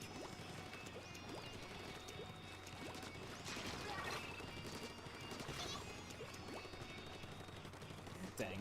The NZAP just fits my playstyle really well. It's fast, it's nimble, it's accurate. I like it a lot. Even though it's a 4-hit instead of a 3, as opposed to the splatter shot, the fact that its fire rate is faster just makes it more consistent for me. That, and it's a little more accurate than the splatter shot as well, so yeah. And I got better strafing speed, and it's a lightweight weapon, so faster swim speed as well. The only thing I don't like about it is how it's, you know, a weapon that kind of exists. You know, it's an actual thing that I mean, a lot of the weapons are things that exist, but they've been redesigned to look, you know, original for the game, which is just super cool. But the NZAPs, they're literally gaming accessories. If only it looked like one of the Super Soaker water guns. But hey, the bright neon orange on this one is pretty close. And the NZAP 89 kits have been consistently really good, at least for my playstyle. I especially really like Splatoon 2's.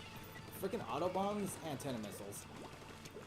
While I'm going around super fast being good at slaying anything to the ground, I can displace people pinning me down like chargers and splat wings.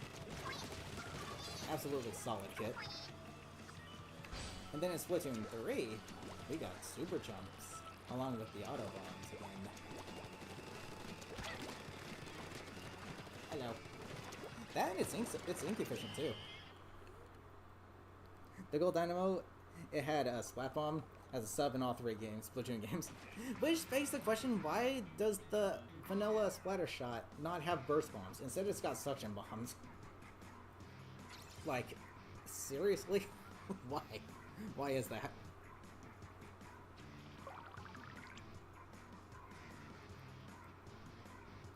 Really? One more point? You're gonna make me do one more game just for 1 point? Enemy Autobomb Launcher is a nightmare in tight spots. They can be, because they actually make you move, so yeah. Though I will admit, the one downside to Autobomb Launcher is that if multiple Autobombs lock onto only one target, it's not going to be that effective, because they're all just going to be focusing on one enemy. Giving everyone else the ability to just outmaneuver that special. You know, it's been a while since I've done Carbon Roller. Let's do Carbon. Or normal roller. It's vanilla in this game, but Carbon in Splatoon 3. So yeah, if they do bring the Wasabi Splatter Shot back in Splatoon 3 with Burst Bombs and friggin' Booyah Bomb, I would so main that.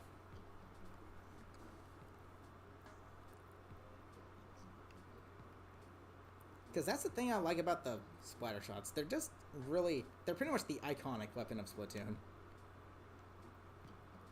A good old Super Soaker water gun from the late 80s to early 90s. Really cool stuff. And fitting for the summertime.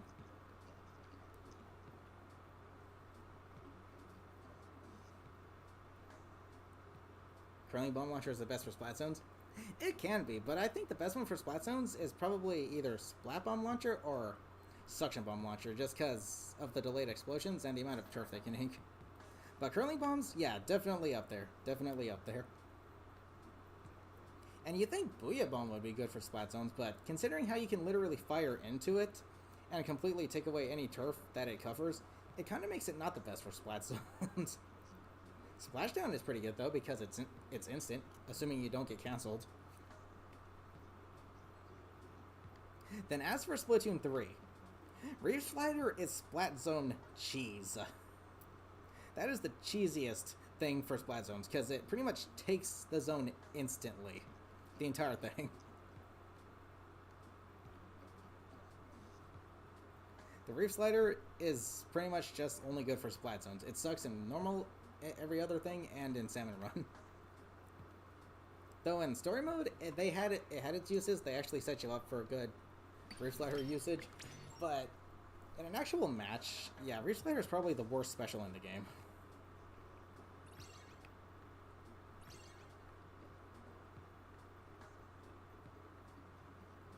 If you could start moving immediately after the explosion like you can with a splashdown, then it would actually be pretty good.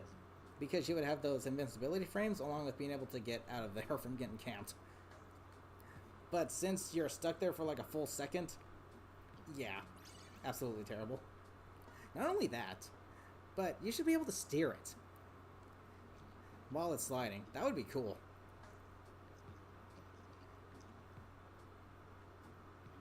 But I will admit, the cool thing about the Reef Slider is it is very much probably the most summertime vibe-esque special because it's literally an inflatable pool toy with fizzy drinks to propel it forward.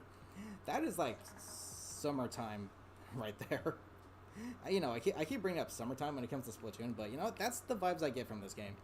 Because Super Soaker water guns, clear, bright neon, plastic water gun toys. That's literally it. The visuals are summertime too. It's like always really bright on the stages. A lot of greenery too, so yeah. Splatoon, definitely a summertime vibe game. Bleep bleep bleep bleep. Looked at the new maps. Arctic. Boat's layout reminds you of Ganondorf Institute from Splatoon 2. Yeah, jeez. I mean, if that's the case, then it may not be that bad because, you know, it does have some verticality. It does have some, you know, flanking going on, but still pretty hallway-esque. Super jump splashdown in the last one when you get that splat with. I know that's the cool thing about super jump. You can use it during mid or splashdown. You can use it mid super jump, and that will in turn make it both faster and stronger, because you can skip the jump part of it during the apex of a super jump with the wider splash damage area. So that makes it both faster and stronger.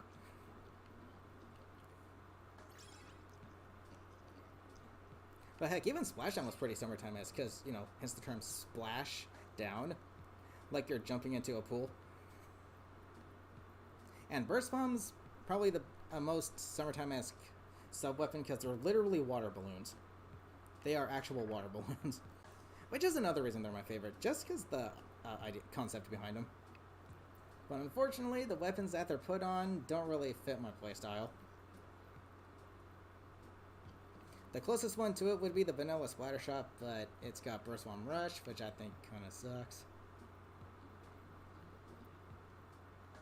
And then in Splatoon 2, it was pretty much the same thing on the vanilla Splatter Shot. And while I do like Splashdown, it is kind of annoying when it gets cancelled. But in Splatoon 3, they just said, wait, why would you want Burst Bombs on the Splatter Shot like it's been in the previous 2 games? Yeah, let's give it Suction Bomb instead. Like, seriously, it's so dumb.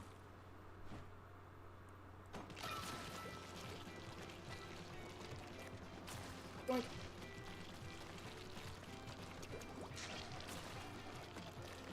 Splashdown for multiplayer in Splatoon 3. They could have put it back in the game, but my only, the reason I wouldn't want them to is because, you know, if they did, they would probably give the vanilla Splattershot the exact same kit it had in Splatoon 2. They would probably give it Burst Bombs and Splashdown, which would not necessarily be dumb, but it would be dumb. If the vanilla Splattershot had, you know, Burst Bombs instead of Suction Bombs, then that'd be fine. I don't really mind the Trizuka, even though I think it kind of sucks. I think the Trizuka is probably one of the lamest specials in the game. But you know what? At least it's good for taking out chargers if, you know, the weapon feels like actually having an active hitbox. And not acting like a day one freaking Ultra Stamp. If this was Splatoon 3, that would not have been a one hit. Rollers in Splatoon 3 are freaking garbage. You need to be up in their face to one hit enemies with rollers in Splatoon 3. Even the normal vanilla splat rollers. It is actually really, really dumb. Now, the cool thing about this weapon kit...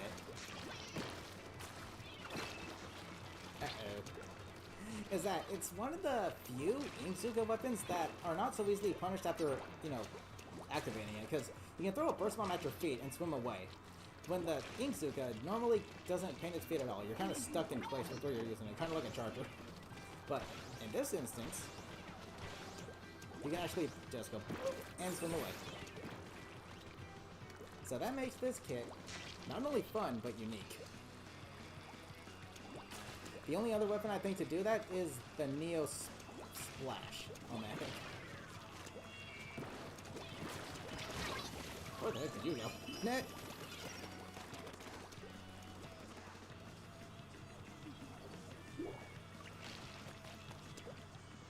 Whoop. Boink.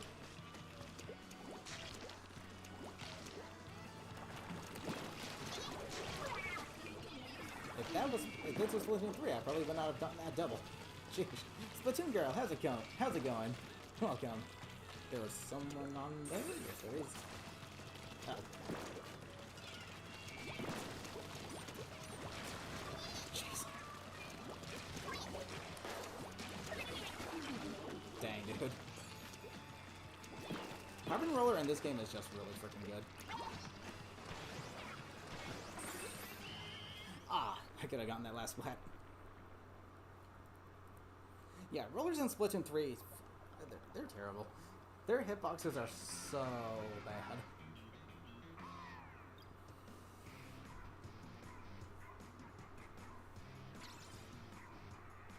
Jeez, hey, I'll take it.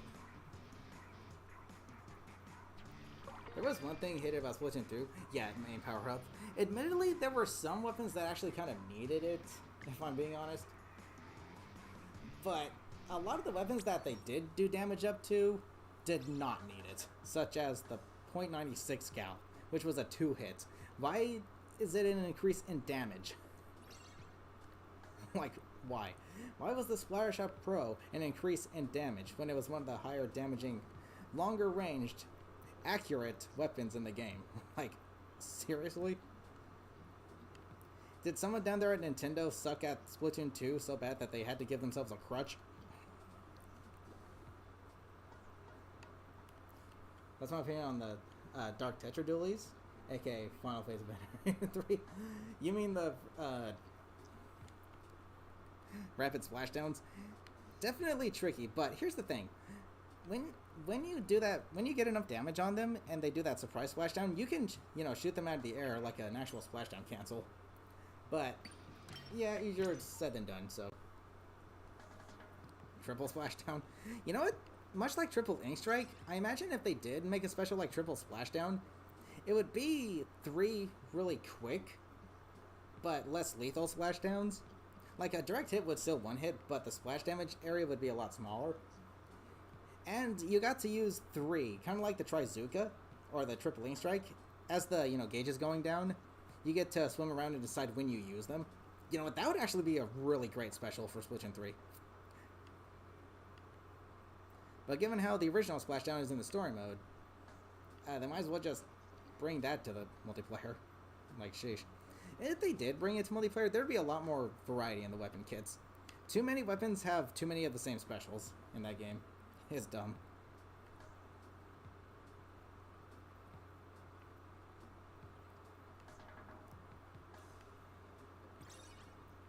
Again, like, take the freaking, Nautilus and the X-Blosher, for example. They are unlocked back-to-back, and they have the exact same kit. Point sensors and Inkstorm.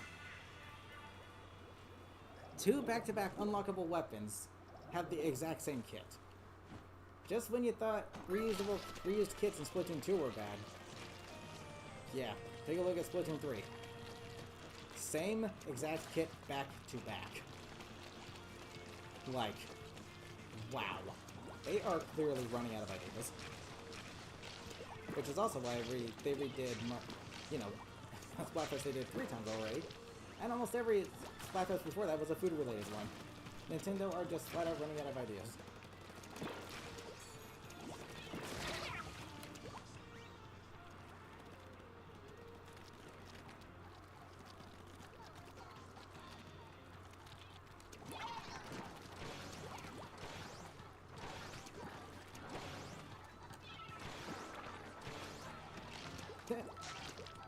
Like,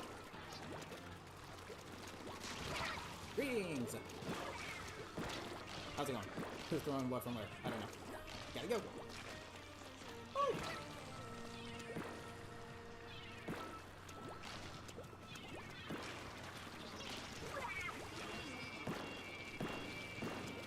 Who was throwing what from where? Jeez.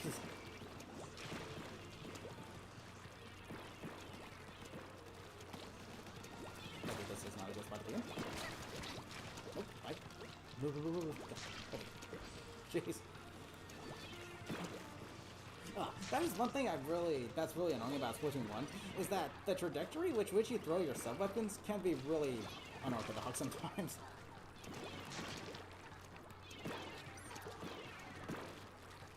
Oopsies.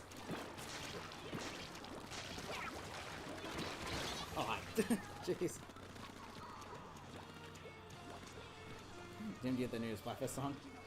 Alrighty, I'll check it out when my stream is done, which is going to be in another 12 minutes.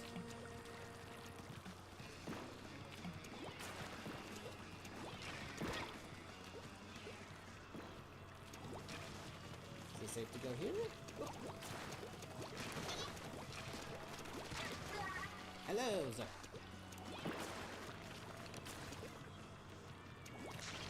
That's why I like Burst Bomb so much. The mobility they give you is just really good. Okay, where should I pull this out?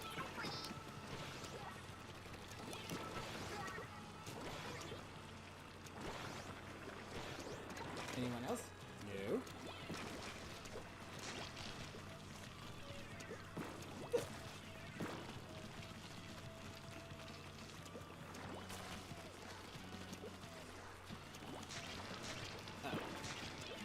I should not even risk that. Yeah, that was stupid. Not sure why I did that, but hey.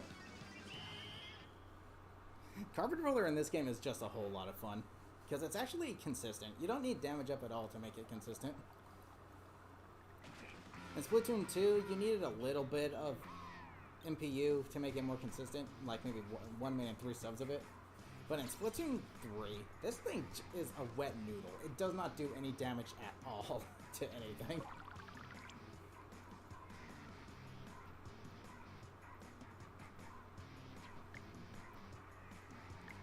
Okay, I think I have enough time for 2 more matches. And I can go talk to Judd. I'll talk to Judd when I'm signing off here. What do I want to use?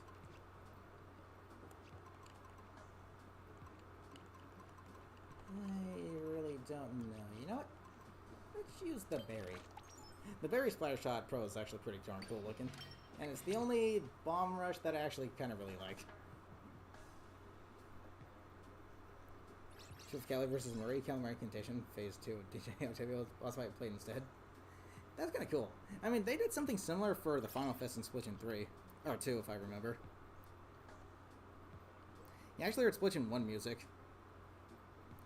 And then during McPrince's Diaries, that was Fly Octa Fly, so yeah, really cool.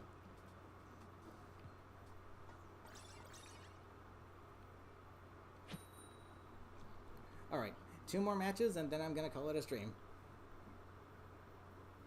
Take care, Neo. Have a good one. Stay safe.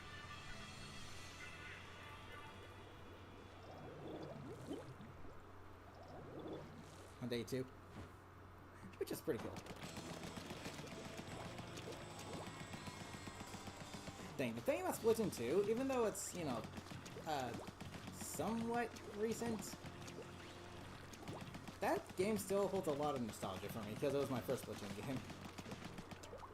If I were to go back and play the story mode right now, I'd be going on a pretty big nostalgia trip.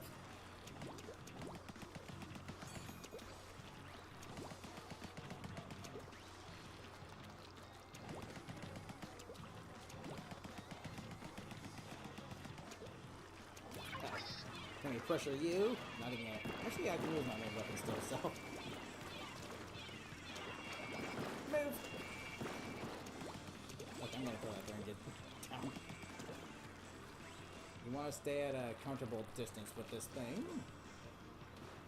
You can somewhat be aggressive with this weapon, but not in the most traditional of senses. Not in the most traditional of senses.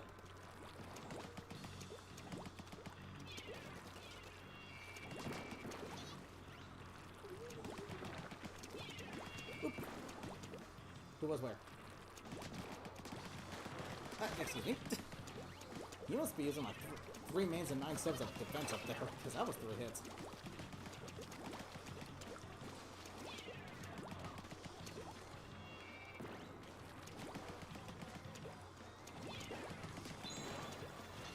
That's a Kurakon. Come on! Just in time.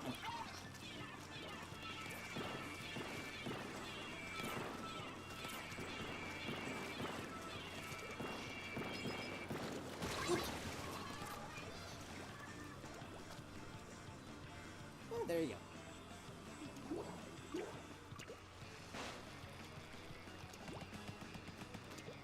Dang, the berry splash shot is such a cool looking weapon. Times dropped down. Yay!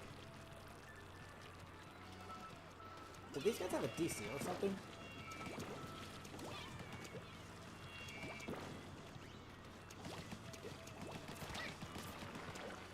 Oof, okay. Oh. How's it going?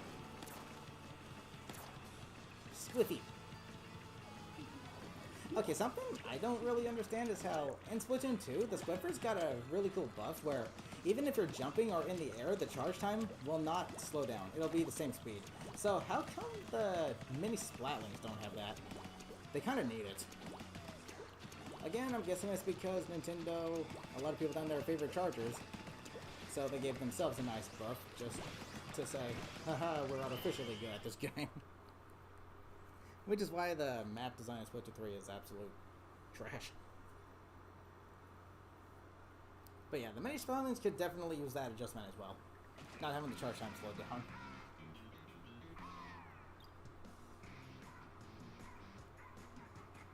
While Airborne. Do you prefer Splatoon 2's campaign? Octo Canyon over Octo Expansion? Octo Expansion was fun, but ooh, you know what? That's a tough one. Like I said, Splatoon 2's campaign would be a huge nostalgia trip for me, so if I'd probably prefer it just for that, just because of that. I could be wearing rose tinted glasses, but you know what? I thought it was a good campaign. I thought it was better than Splatoon 1's though, because it was longer and had more in depth to it.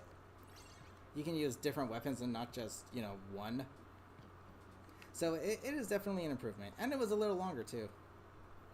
And another thing is, even though it's similar, at least in terms of location, in Splatoon 1 story, the different levels or areas you could see around you getting lower.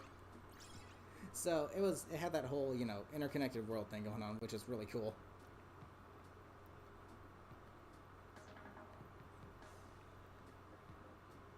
Then as for Splatoon 1's, it was all just in one big area. But I think the bosses in Splatoon 1's story were a little better. I think the bosses were a little better in Splatoon 1's story mode.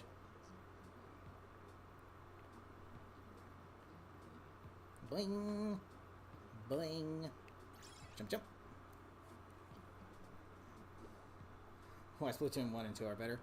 I mean, it's kind of a fact that Splatoon 1 and 2 are better than Splatoon 3. Splatoon 3 is unfortunately pretty much rushed to market and being milked for all it's worth. There's no pride put into that game, unfortunately, which really sucks. Because it has the potential to be the best in the series. I mean, the story mode was definitely really, really good. The story mode, I think, was not necessarily the best one. I still think Splatoon 2's was. But the twist with it being the villain being, you know, the character introduced in Splatoon 2 to the side game mode of Salmon Run, that was actually really clever. I like that a lot. So, the story mode was definitely more expansive. It definitely did more with the series than the previous two did, but because it was too similar to Octo Expansion with how the levels worked, yeah, it was kind of disappointing in that regard, but that's not to say it was bad. It was still a really good story mode. Yeah, I'm still coming up. What are you gonna do? I heard a shiny. Was it cracking? Good.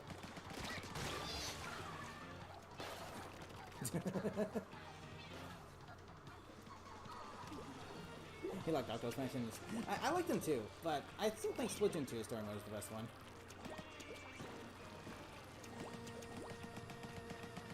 But I like the story that's told in Splatoon 3 story better. Because it actually, you know, tells more about what happened to the humans before the existence of the Inklings. Splatoon 1 story kind of told about, you know, what happened to them, but it more so told about the evolution of the Inklings themselves, and how the Octolings and Inklings came into rivalry, and started, like, the Great Turf War and stuff. Then in Splatoon 2 story mode, it was more so focused on Salmon Run aspects, which is cool. But in Octo Expansion, that was its own thing. It told the story through, like, those, whatever they're called, the men cakes or whatever, which was pretty cool.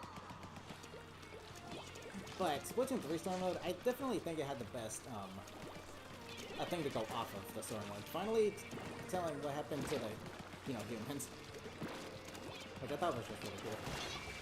Boom. How did you survive that? You did not. That's a lie. That is a blatant lie. You did not survive that. Excuse me. 2 shots from my main weapon that do 42 damage per hit, combined with the 30 damage radius of a suction bomb. You are lying. But it's probably because you're a Japanese player and you're legging the place up. I don't know. Okay, if I can get my suction bomb rush, that's great.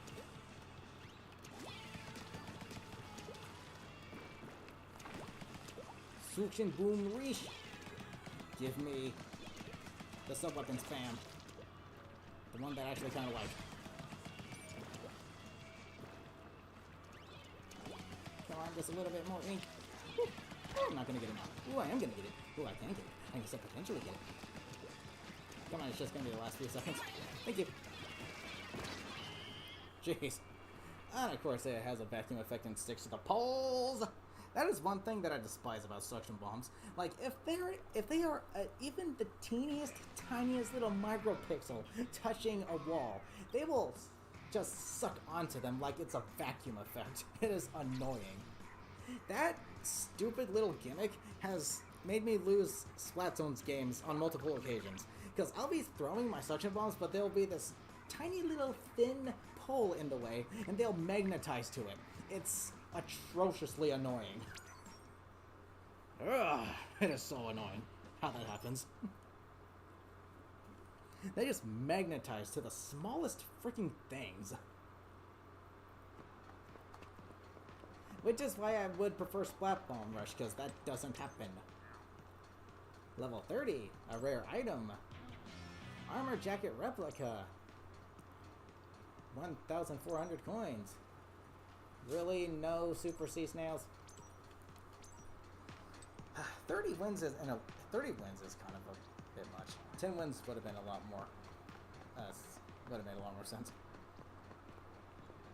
But hey, you know, Nintendo, they try to get people to play their games as long as possible. But at least this game gives me a reason to play. So, whatever. Gain more points towards your level if you play ranked battles. Yeah, but it's hard to find ranked modes in this game, unfortunately. Yeah, in a row. If they were in a row, yeah, good luck. Good luck for that. Good luck getting sea snails if they're supposed to be in a row. Good luck with that. Sheesh. But I think overall, in Splatoon 1 specifically, my favorite weapon might just be the Wasabi Splatter Shot. I mean, it's not only really cool looking, but the kit is solid. Splat Bombs and Ink Strike. And combined with its, you know, pretty much average everything, especially inking the ground, it gets the Ink Strike fairly often, so... And the Splat Bomb has good synergy with the weapon itself, but I still prefer Burst Bombs over Splat Bombs. If I were making the kits for the game, I would have given the vanilla Splatter Shot the Ink Strike instead of Burst Bomb Rush. Burst Bomb Ink Strike combo on a Splatter Shot would have been solid. But then, what would we give the Wasabi?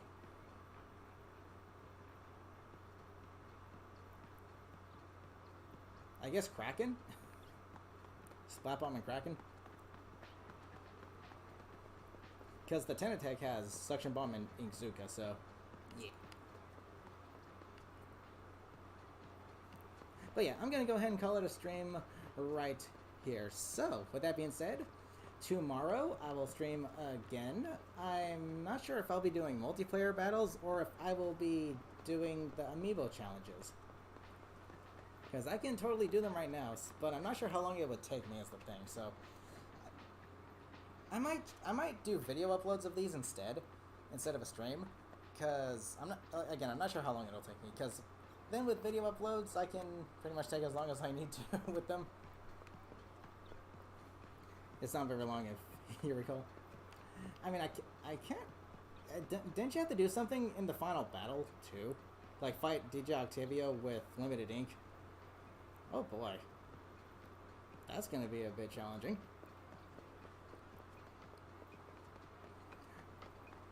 But yeah, again, not too sure how long it'll take, so I might do it in video uploads. So tomorrow, I might just be doing more multiplayer. Wow, here's a shirt I don't have yet. The Carnivore Tee.